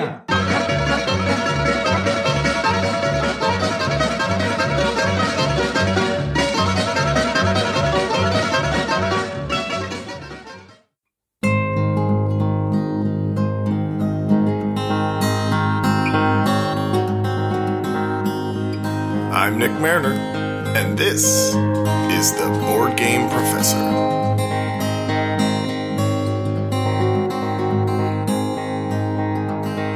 Hello, everyone. Welcome back. 50 episodes. 50 episodes we've been doing this dance. I'm happy to be involved. I'm happy to still be here. I'm not going to do like the whole professor thing today because it's the 50th episode and I wanted to do something commemorative. I have some ideas of where I was going to go next, but actually what I'm going to do now will play into a little bit, so we'll get back to that on my next segment. Today, since it's the 50th episode, I would like to do something so incredibly self-indulgent. because, this is just a little treat I'd like to give myself. Because it's 50 episodes in, I would like to take my segment this week to officially declare my 50 favorite board games. I love countdowns. I love top 5, top 10 lists, and you're going to get 50. This is 50 official as of today, because I'll finish recording this, and 20 minutes later I will have already changed my mind. But here goes. Here is, for the sake of brevity, numbers 50 through 11. Among the Stars, Signori, Tashkalar, Quadropolis, Legendary Encounter, Splendor, Scythe, Pandemic, Lord of the Rings LCG, Isle of Skye, Brewcrafters, The Networks, Glenmore, Nippon, Terraforming Mars, Penny Press, Glass Road, Shakespeare, World's Fair 1892, Lagrange, Istanbul, Fresco, Castles of Burgundy, Rococo, Lewis and Clark, Mage Knight, Takanoko, Love Letter, Robinson Crusoe, Seasons, Imperial Settlers, The Grizzled, Concordia, Deus, Gold West, Race for the Galaxy, Motainai, Ticket to Ride, Ginkopolis, and Suburbia. Alright. That's numbers 50 through 11. Let's spend a little bit more time on the top 10, though. Special mention to Suburbia, Ginkopolis, and Ticket to Ride. That's a bummer. Those are my honorable mentions. Bummer they didn't crack the top 10. Okay, here goes. Top 10 favorite board games of all time. Number 10, Seven Wonders. Seven Wonders has been around long enough now and played enough to where it gets a little bit of hate from people who are a little bit over it. I still love this game. I came to it a little bit after the first great wave of everybody playing it at all times, and now everyone's sick of it. So I don't get to play it. I don't play it all the time, which means every time I play it, I think it's an absolute joy. My favorite iteration is to throw the Leaders expansion on. Cities expansion is fun. The Babel expansion's fun. But just the base game with Leaders on it, it is a fantastic good time. I love card drafting. I love the pass and pull card drafting style. And this is, I think, the best game to do that. Okay, number 9, Le Havre. The first of 3 Uwe Rosenberg games in this top 10. It is the very definition of elegance of design. The amount of depth that Le Havre creates out of a single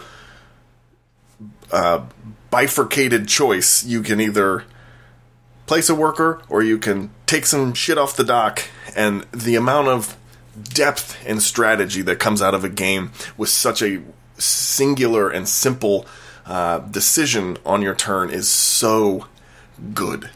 It is. I love games that have to do with shipping. I love games that have to do with trains. This one has all of the parts that I like in a game, and it is it's an absolute favorite of mine. Le Havre. Number 8, Tigris and Euphrates. I think is, for my money, the best tile laying game in all of existence. I am absolutely fucking terrible at Tigris and Euphrates. I don't think I've ever actually won a game of it. But it is a great game. It's a great sort of cutthroat competition. It does a thing that I love, which is the winner of the game is the person who has the best worst score. There's 4 different colors, and you're going to get points for all 4 colors throughout the game. Your final score is the score of your worst color. So it forces you to balance, because if you could score 1,000 points, well, not 1,000, you could score 50 points in black, but if you have 13 points in green, your score is 13. And I think that is absolutely dynamite in design. It's a Reiner Knizia game, and it's his best tile laying game, and I would go as far as to say it is the best tile laying game still today. Okay, number 7, Patchwork. There are 2 games that I would go as far as to say are as close to perfect in design as a game can possibly be, and Patchwork is one of them for sure. There is not a single ounce of fat on this game. And it is the brilliance of Uwe's second Uwe game, by the way, in making the tiles available. Only the next 3 are for you to choose. That is really what makes this game work in the way that it does. That's what makes it patch work in the way that it does. See what I did? Wordplay. You're welcome. This is my daughter's favorite game. I think this happens to be the game I've played the most times out of all games that I've ever played. by virtue of that. It is absolutely fantastic. It's just a 2-player game. It's quick, it's easy, it's portable, and it is a game that I love dearly. Okay, number 6 is Power Grid. In the way that I love shipping games, I love games that are route building and network building. And what I think I will say about Power Grid, why I like it so much, is because I really don't like auction mechanics in a game. If a game is just like a straight auction, there's a pretty good chance I'll hate it entirely. But I don't usually love it when games have auction in them, and I love Power Grid. I love the economy of Power Grid and figuring out the sort of math of the game. And for a game to win me over as effectively as Power Grid does, when it has an auction in it, which is a thing I tend to sort of turn my nose up at, I think is a pretty good indication that it is as good a game as the praise it's worth. It is a phenomenal game, and one of the only games where there's a map of the U.S. that has my favorite little town of Knoxville on it, which is a fun little... I like to just set up camp there and go to UT games and see Rocky Top and imagine being in school again. Okay, Power Grid. Now, top 5. The big 5. This is the deal, y'all.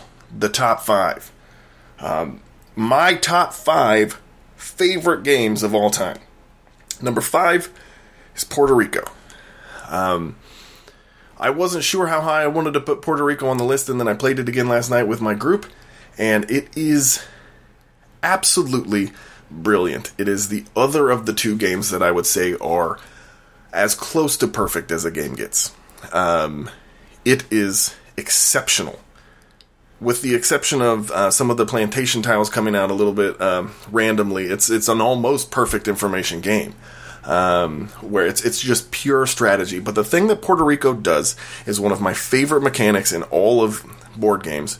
It is the action with a follow selection, meaning you choose your action, you get a bonus, but then everybody else gets to do a baser version of that action. I love that in games like Race for the Galaxy, San Juan, Tiny Epic Galaxies does it, but Puerto Rico does it the best, and it is such a rich strategic decision point, because you have to decide, what action do I need the most right now versus what action can I afford to take right now so I benefit from it better than everybody else. So, like, for instance, just last night, I really needed to ship some goods, but my opponent across the table was just sitting on a mountain of corn and coffee. So if I chose the shipping action, I would get some benefit from it, but she would have benefited far more than me. And that also has the fun twist of, well, I can just pick something else because clearly that's what she's going to do on her turn. So I'll get to basically take that action for free. I can do something else I need and let her just hand me the action. For just a slightly lesser benefit. It's absolutely remarkable that Puerto Rico is as a game design. It is it's so strategic and rewarding and fun. And I last night just reminded me at the table that it is one of the greatest games I've ever played. Number 4 is Brass. Brass, I think, takes all of everything I've said about every game so far, the Martin Wallace game, and puts it all together. It's got route building, it's got shipping, and it's got trains, and it's got an economy, and it's got deep strategy. And there really isn't a whole lot of randomness in Brass other than the cards that are in your hand, but it's got multi-use cards, so you can use cards in different ways. And there's just so many ways to play Brass and to think about Brass.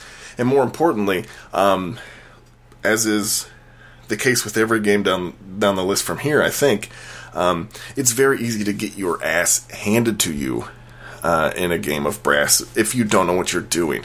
Most of the games in my top 5 I've noticed are games with steep learning curve. I love the challenge of having to get to know the strategy of a game, and Brass is so deep and so heavy, and the sort of planning that it takes, and again, the economy where you need to create, you need to be the supplier of the goods for everyone else. So to force everyone to have to buy your coal, have to buy your iron, and then you can get it when it's on the cheap. It's a bit of a brain burner, but man, it's good. It is so good. Okay, number 3. Now, before I say the top 3, I'm going to make another simple statement, which is, this is totally self-indulgent, isn't it? What I'm doing right now. Is anyone even still listening to this? I hope so. It's important. I hope you keep listening, because what I'm going to talk about next week has a lot to do with what I'm doing right now. But the top 3 games I'm about to mention, any one of these could be number 1 on any given moment. So this is how I've decided today that I'm ranking it. Number 3 is Agricola. I've said this 1,000 times on this show. I love Agricola dearly. It is my 3rd of Uwe game on my top 10. I do not like Caverna better. Caverna is a more relaxed and open-ended experience, which is precisely why I don't like it better than Agricola. I love the puzzle that Agricola provides. It is a punishing game. Ben and George talked about that a couple episodes ago, games that are punishing. You will suffer from poor decisions in this game. I happen to enjoy that. That is the thing I like about it. That you must play efficiently and effectively and strategically, and you must get better at it. You must practice Agricola to get better at it, because the first time you play it just feels like you have no idea what you're doing. It's great. I love farming games. My kids make fun of me because I have a lot of farming games. It's my favorite one. It's second to Le Havre and Uwe games I like to play solo. I will just put Agricola on the table at any time and just play my own little solo garden. It's great. It's great. Okay, number 2 is Terra Mystica. Terra Mystica is a perfect information game. All the information you need to play that game is on the table right from the first turn, and you have 6 rounds to implement the best strategy based on your tribe, your race, your fantastic race. And I've heard a bunch of hemming and hawing about the fantasy theme not being well implemented. Who gives a shit? That's what Mariner's Law was created for. Use your imagination. What does it matter? You are missing out on a great area control game. The greatest area control game, in my opinion, because you're getting lost in whether or not your dwarves are being properly treated like dwarves, or whether or not those magic bowls are just sort of a game device as opposed to something thematic. Seriously, that's a dumb critique of this game. It is so good. The fantasy theme helps. I mean, this could easily be a game set in, World War I era Europe, really, with the mechanics of it. The fantasy theme makes it more fun, I think. And they're getting ready to reskin this for space. I'm not entirely sure I'm all that into that idea, because I like Terra Mystica as it is. It's a great game. Second only to my number 1 game. Often I think it's my favorite, but number 1, I'm going to say, officially, is Through the Ages. I just got done talking about this game on the show the other day, but I will go ahead and reiterate. The reason I'm saying it's number 1 is I think about this game more than any game in my collection. It is I'm constantly, even when I'm not playing it, thinking about Through the Ages, how to be better at it, effective strategies, what could I be doing to be more efficient and play this game better, especially when we have a game going online, which, by the way, quick update, we finished. Ben, Isaac Shalev, Patrick Hillier, and we finished. It was a 4-player game.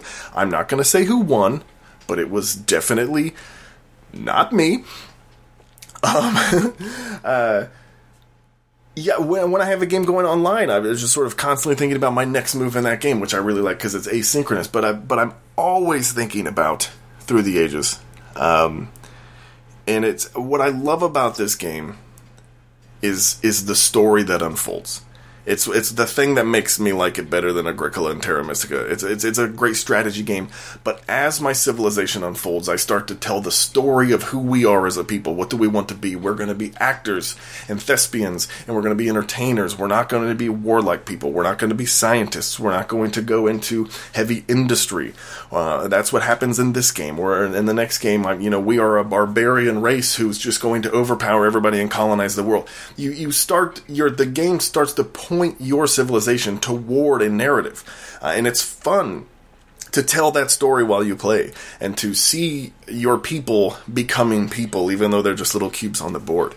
It's a deep strategy game that is easy to not be good at, but it's rewarding in the fact that it gives you those sort of narratives as you play, and that's what makes it I would say, my favorite game. There we go. I just gave you my top 50 favorite games in honor of our 50th episode. Thank you all, by the way, for sticking with us for 50 episodes.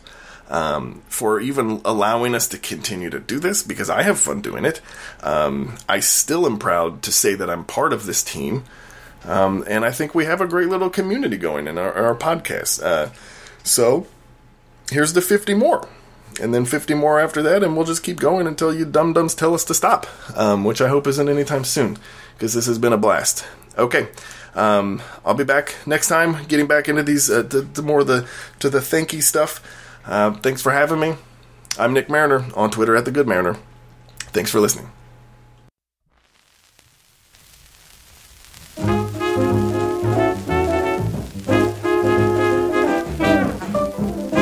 Gah, this is buffoonery, blackadry, and phlegmatic discombobulation. 'Tis the classic review.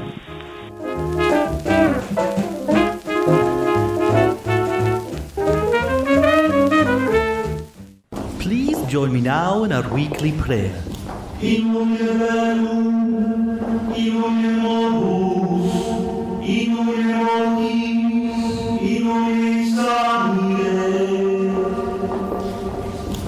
Once again last week has seen the gods wreak great havoc upon this land, for we have lost brother Jacob, disemboweled by the demonette of Slaanesh as he committed the sin of Onan on top of a sheep's carcass.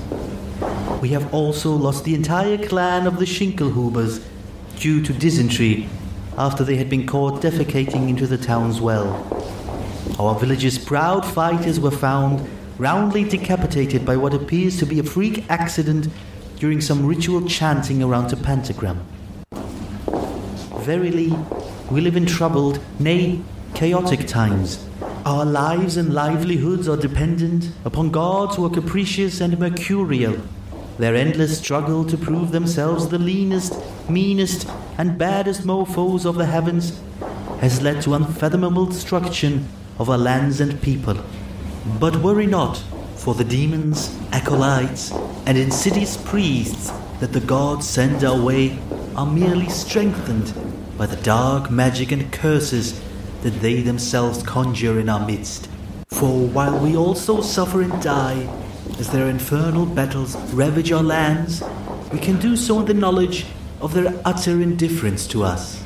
We are instead left with a futile and meaningless hope that as our lands are ruined by the forces of chaos, the gods' thirst for power will eventually be sated. That one day one of the gods will be victorious and subjugate us all in eternal damnation and hellfire. That is why it is the right choice to follow the great power of Tzinch. For the changer of ways will give all of us some small semblance of meaning in this endless sea of agony and despair that is our existence.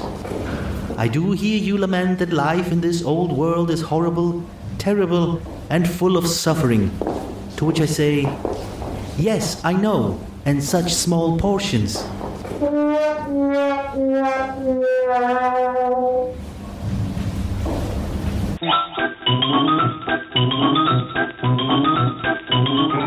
Verily, verily, verily, perambulate to the terminus.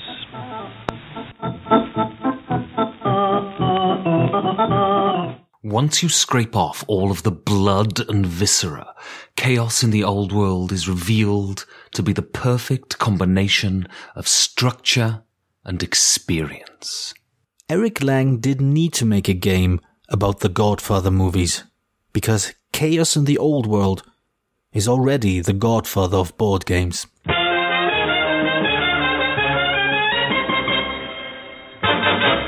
Dodds Bodkins, Georgie? What's that bally thing crouching down in the bally corner?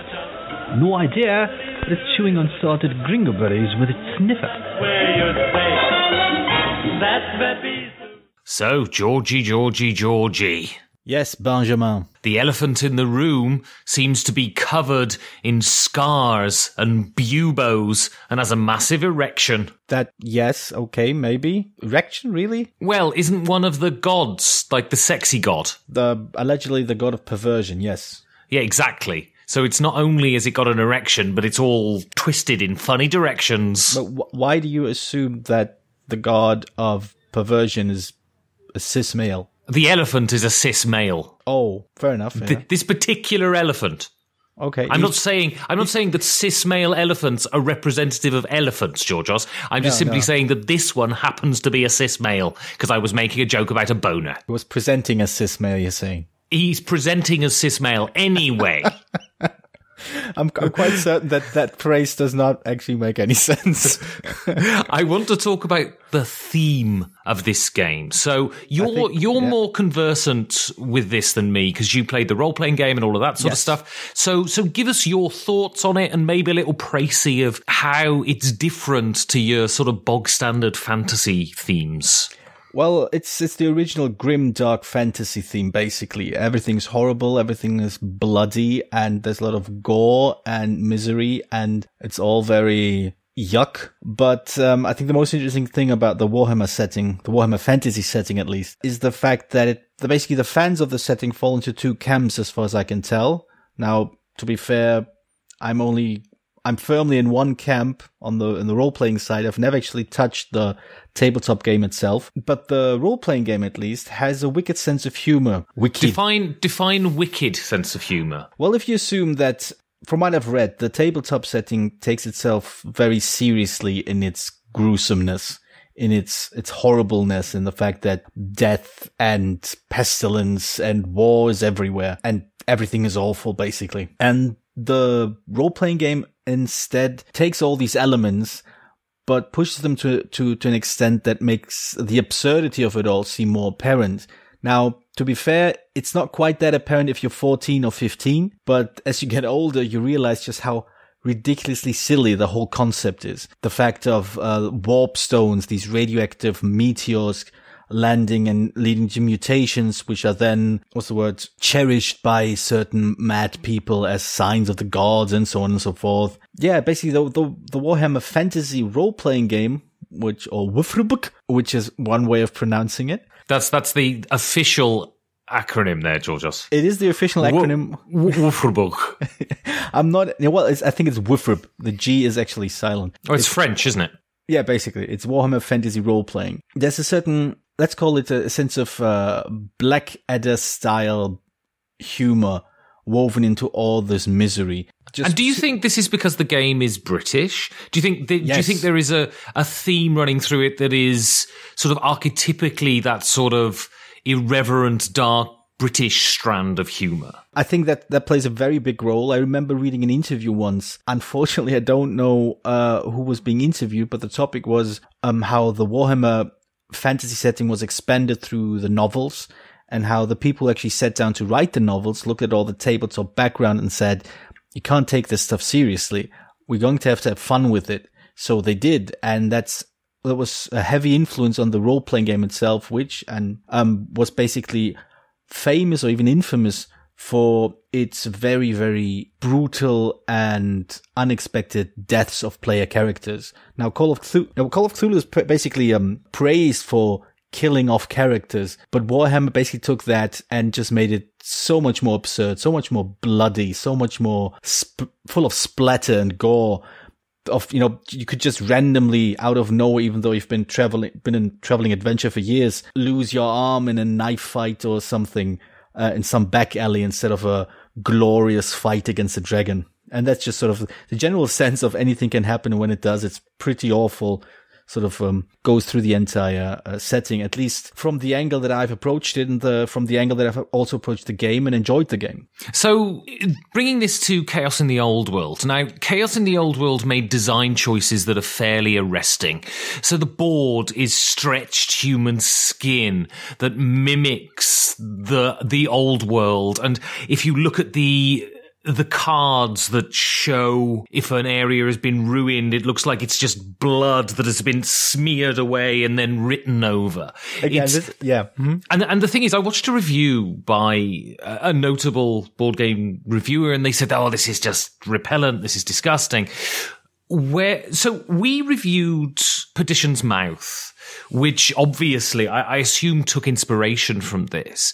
And you seem to find this very amusing and over the top and tongue in cheek, whereas we were both a little disquieted by Perdition's Mouth. Where does the difference lie? I think, in my case, a lot of it has to do with the context that I've approached the game in, which is basically I played the role-playing game a lot. There, the sense of humor is just apparent. It's just obvious. Not so much in the later editions, but the first and second editions are very, very funny.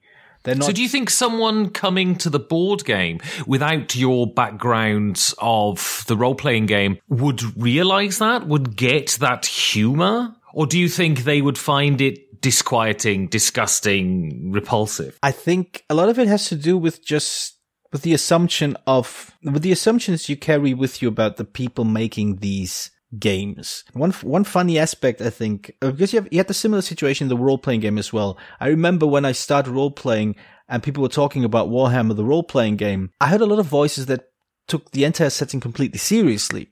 That they didn't so much, they weren't repelled by the blood and the violence, but they also couldn't laugh at it.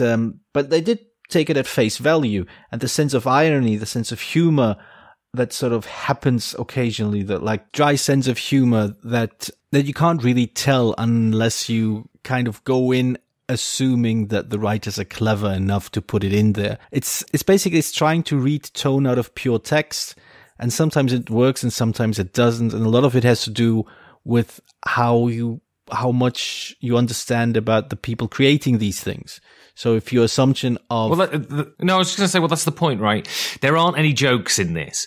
And I think the big difference between this and Perdition's Mouth, the reason there's two reasons it repels me less. One, the game is really good. So once you start playing the game, that sort of fades into the background, but also more important than that, this is macro-sized. This is from a distance. And, you may say, well, that's pretty repellent that if you don't get to see individual people, it doesn't affect you as much. But whereas Perdition's Mouth had severed limbs and women with their eyes ripped out and their breasts with hot pokers in them and that sort of imagery, this doesn't have any of that. This is very abstracted, and this looks like... I sat down to play it this morning to get a refresher on it, and one of the guys hadn't played it before, and he said, this looks like the gods have set up a game board that is actually the world, and that's what it is, right? So it isn't as affecting, it isn't as visceral as that other style. Yeah, no, I agree entirely. I think there are a few sort of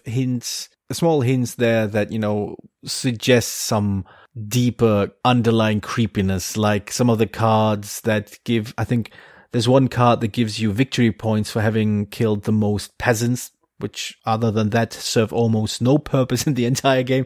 Again, maybe this itself is funny. The fact that you have peasants on the game board, people, humans living in this world, and they serve almost no function until a special card shows up. I think there's a sense of there's a winking eye there if you're willing to sort of pay attention.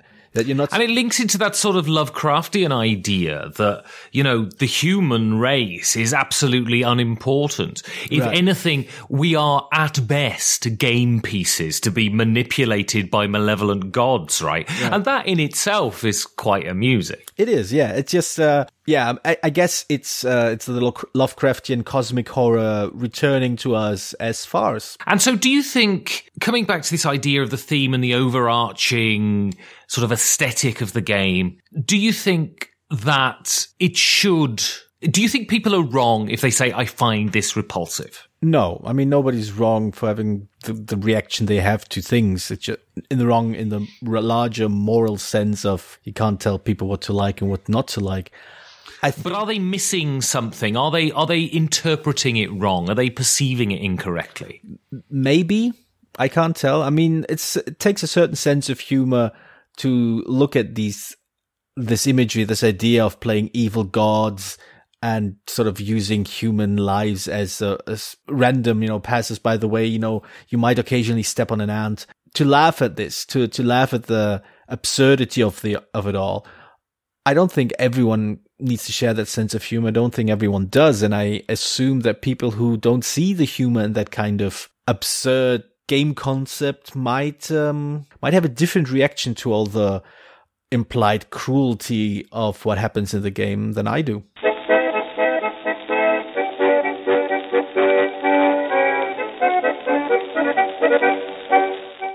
So, my good man, what was your appraisal of my coquettish daguerreotypes? Indeed, it was certainly an arresting diversion.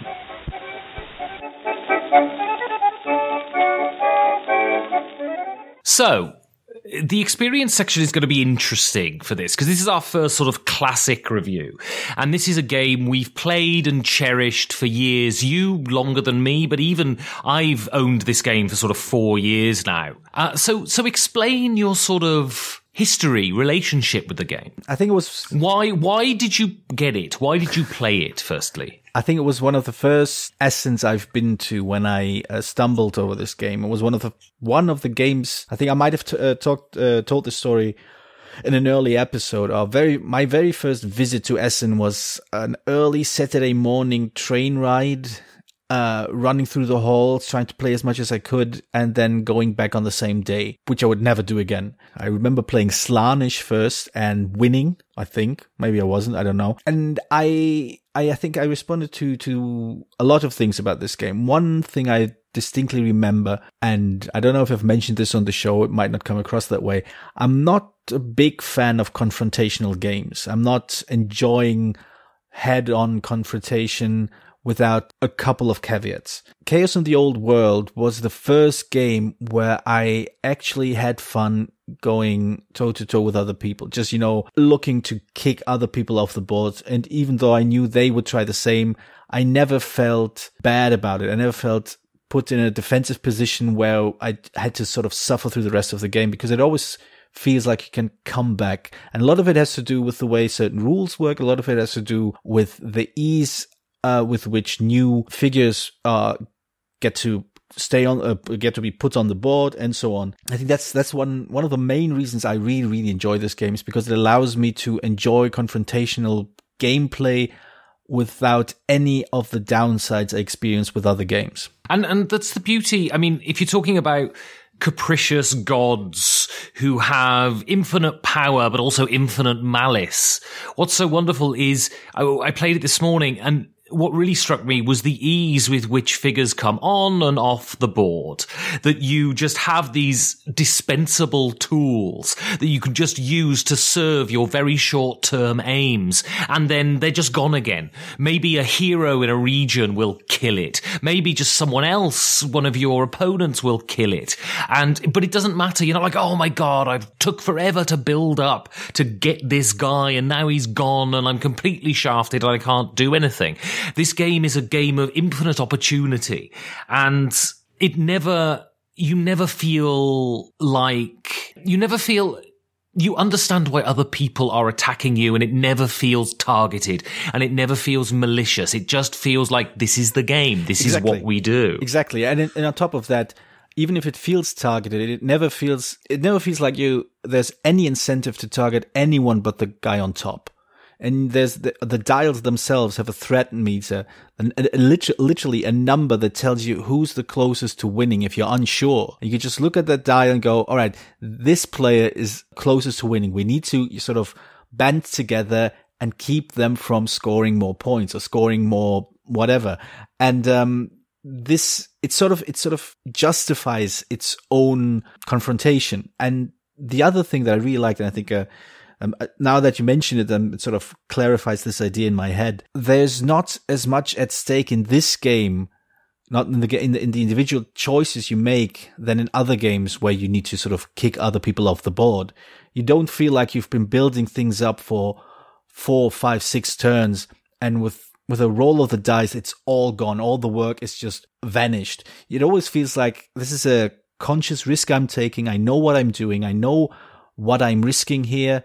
And if I lose, I have next turn to come back to, and maybe the right things play out the right way that I can squeeze some points out and pass everybody else. I have these short-term goals that I need to, if I achieve now, this round is great. And I can work to achieve them next round too.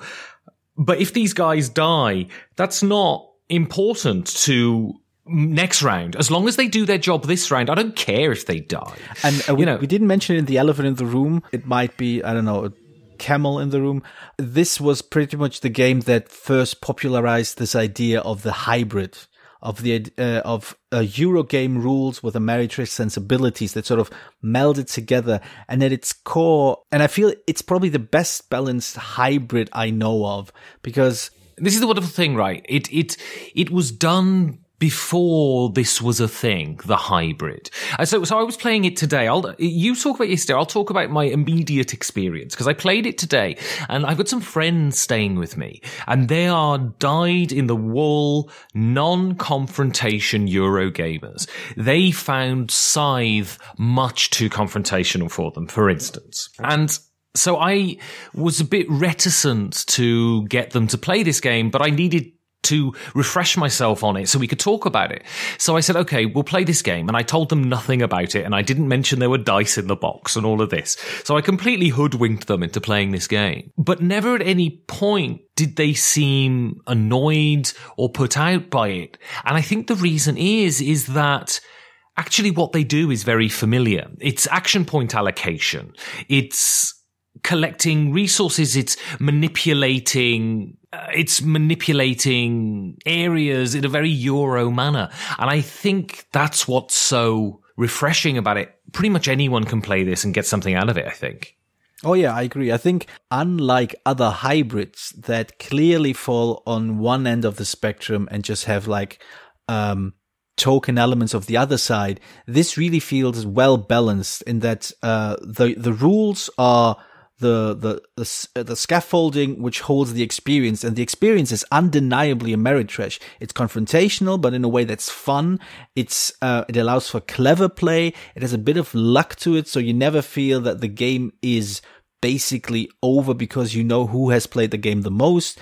It seems just like a perfect marriage of those two so-called worlds. I mean, more so than anything I've played before or since. I think it's the perfect synthesis of Euro sensibilities and Ameritrash experience, right?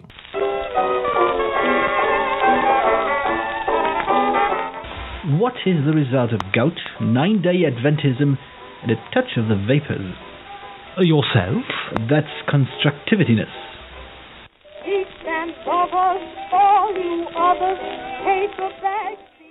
All right, Georgios, I think for the design part, certainly for the beginning of the design part, the important thing is to talk about the asymmetry here. Now, this was one of the early games I bought. So when I say early, sort of when I got sort of a year into the hobby, people talked about this in sort of reverent tones. So I bought it when I came into some money. And I was really surprised at how genuinely asymmetric it felt. Even though you're kind of doing the same thing, I think it really makes a value of how you win this game dictating how you play, right? Oh, yeah, no. I think there are a lot of very, very clever ideas in how you get to asymmetry without completely rewriting the game engine. I mean, Vast is rightly heralded as a great, pure example of asymmetry, but it does so by just completely rewriting the game, depending on who plays it, or rather, who role is being played. With Chaos, yeah, I mean, Vast's great achievement is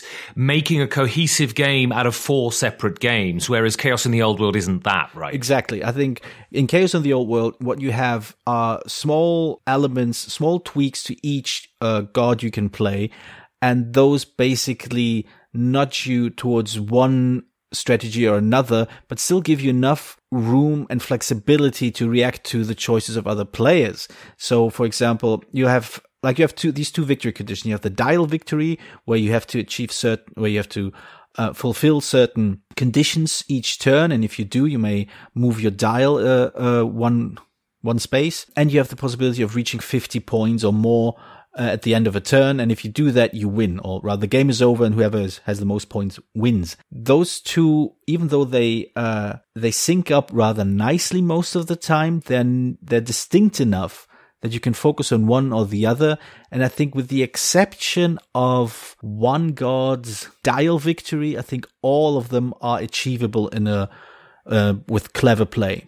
I think the Nurgle victory, which is the longest dial track, I've never actually seen, and I've never actually seen anyone come close to getting there.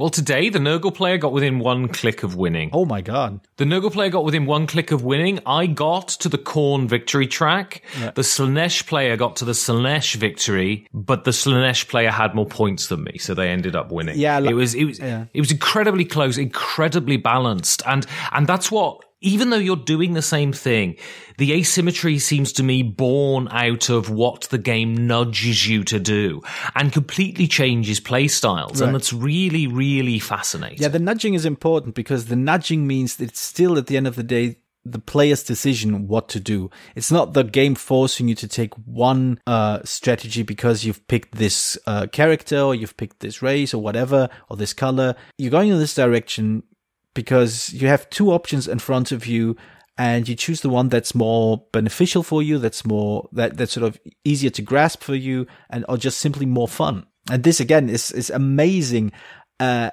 a design concept. The idea of giving players the choice of which more fun strategy to pursue, the one that excites them more, the one that appeals to them more, the one that pulls them in more, and it's valid. And that's just, I mean, this is the best that game design can do, I think. Well, that's the point, isn't it? I think when game design is really, really good, it gives you options that are A, viable, and B, enjoyable. And you can go in any direction in Chaos in the Old World, and they're both viable and enjoyable. And you don't feel like you're sacrificing optimalness or you're sacrificing your victory to do something fun. You can do both, and that's a real achievement. Oh, I agree. I think we played a few days ago for the same reason. We need to refresh ourselves, and even though all of us ended up being fairly conflict averse, like we were actually avoiding fighting, which really annoyed the Khorne player, it still felt like everyone was doing something. Everyone was sort of getting to know their deck, their individual decks. They were figuring things out. They sort of became more and more comfortable. And even though the game ended, I think, by halfway through, because unfortunately, being the most experienced, I did kind of run away with the game. I apologize again. And I think everyone sort of agreed this is a game that, now that we know how it plays, now that we know what we're supposed to do, we not only want to play it again, it also sort of suggests that there's so much more to explore, so much more fun to be had, so much more interesting decisions to make, and exciting situations that just magically seem to come up as you play the game. And it's that, I mean, so I think of the Khorne player. When I first played it, I said what a lot of people say. Khorne is overpowered. It's too bloody easy to win with Khorne because their victory condition is very simple. It seems less opaque than the other ones. You go, you kill people, you score, right? But as soon as players start to manipulate their decks and are able to move out of the areas with the Khorne player in, Khorne becomes incredibly difficult, especially because you have a prescribed turn order. Khorne goes first. So all other players can react to what Khorne does, which, if played sensibly, can put Khorne at an incredible disadvantage. And so it is a game that really grows with playing. And if you can manage to play with the same group, you can grow together and have this wonderful, deep, profound experience that very few games offer, I think. Oh yeah, I agree. I think the one other game that comes to mind that I've also played recently that similarly allows for players to discover the depths of the game together is Sid Meier's Civilization, the FFG version. But in that game, this discovery, the shared growing within the game is all mechanics based. It's all based on options that are available to you and options you can set up. But with Chaos in the Old World, much of it has to do with the personality of the players. And again, this is amazing. The fact that if you are a very, very aggressive, combat-oriented Khorne player, you will find your group reacting differently to you than if you are say, a Korn player focused on points victory, which, while more challenging, is far from impossible. Yeah, you can adapt, and actually being Korn, you can start to be sly, and you can start to do things that people don't expect, and you can go for that kind of victory. And because people have an assumption about what this god does, if you can subvert that, you can let yourself in by the back door and win when nobody's looking. And that's really great too. Yeah, I think this game is just layers and layers of things you can explore, things you can engage in, things you can have fun with. And I think part of the reason why this is still so dear to my heart is because it's not entirely buried in rules. It's not, the game itself is not purely in the rules, but it's also not a pure above the table game either, like many other really, really fun games are. This manages this really nice mixture of there's as much game on the table as there is between the players. And yeah, it has the stability of the rules and the scaffolding, and also it has that interaction between players, and that's the perfect combination, no? I agree, yeah. So far I haven't found a better way to sort of put fun in a box.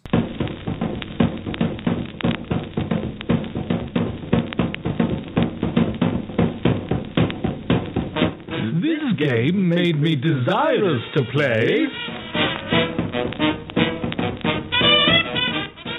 All right then, Georgie. So, what did playing Chaos in the Old World make you want to play? Well, first of all, more Chaos in the Old World. I've forgotten just how great it is because it just sort of languished in my shelf. And one observation I didn't manage to put in the earlier bit, I just want to bring up now.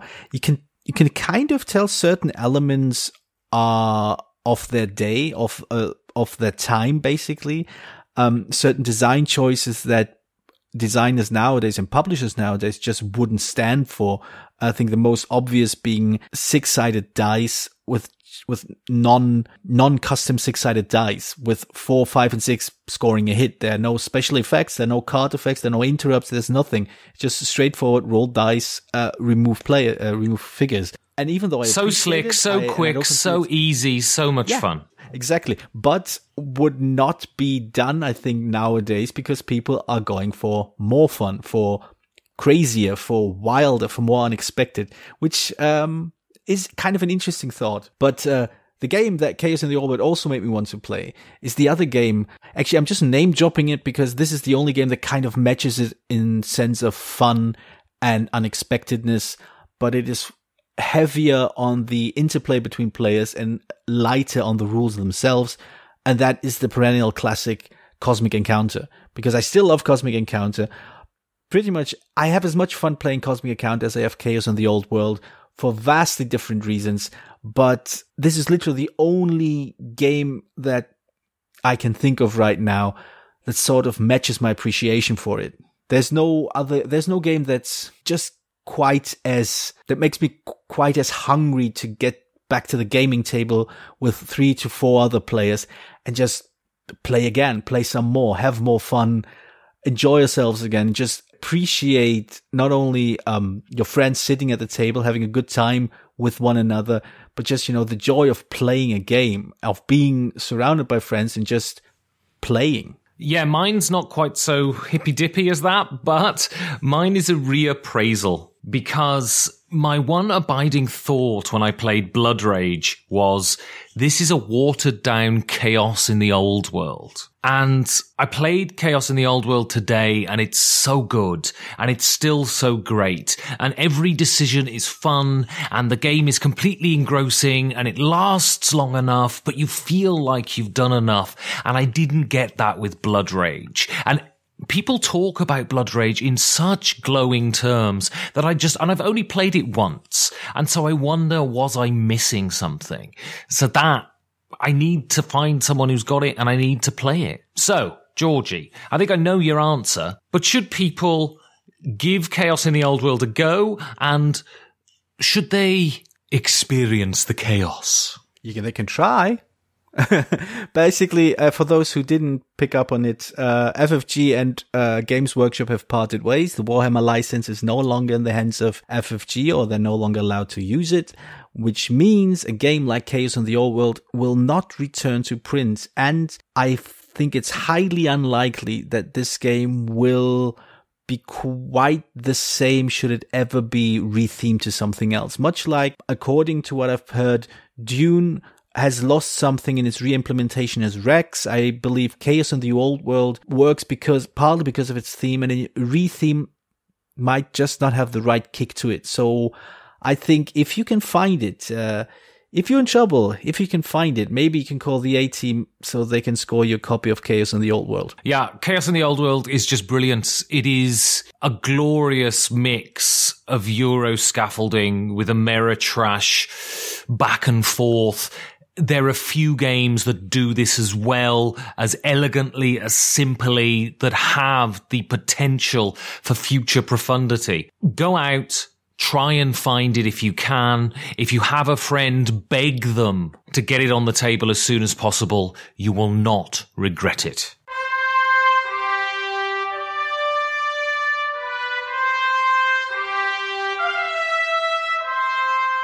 Are you going to cut that bit out earlier where we talk about all this stuff we shouldn't talk about on the show? What do you mean? Like all the, the sexist stuff and the racist stuff and, how we're going to... Don't worry, Georgios. I cut all of that out every episode. So no mention of the Aryan Brotherhood or anything? Dog whistles, Georgios.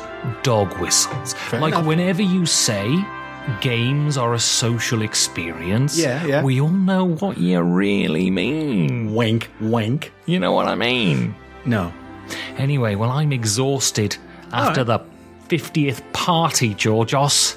You had that many parties already? Exactly. So tell the people how they can contact us. Well, they can reach us on Twitter, InfoPerfected or PerfectedInfo. They can find us online at infoperfected.com. They can write us an email at infoperfected@gmail.com. They can go to Facebook, which is The Perfect Information Podcast.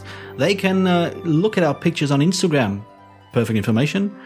They can also use our Board Game Geek Guild, which you can find on Board Game Geek, and it has the number 2348. It has the name, the Guild of Perfect Information. And finally, they can go to our Patreon page and pledge from as little as 1 of your currencies to at least 25 of your currencies. And I mean, more than that if you want. I mean, yeah, obviously. I have said it before and I will say it again. I will sleep with you if you pledge $50 a month to our Patreon. Yeah, no job is too easy and no payment is too high. And there's none of this. I mean, if you happen to be like a bloke or a woman or a dog or a rabbit, it doesn't matter. I'm there. If you say to me, $50 a month, but you got to sleep with Fido, the local Rottweiler, I'm all over that dog's ass. Yeah, but maybe you could cut out this part as well.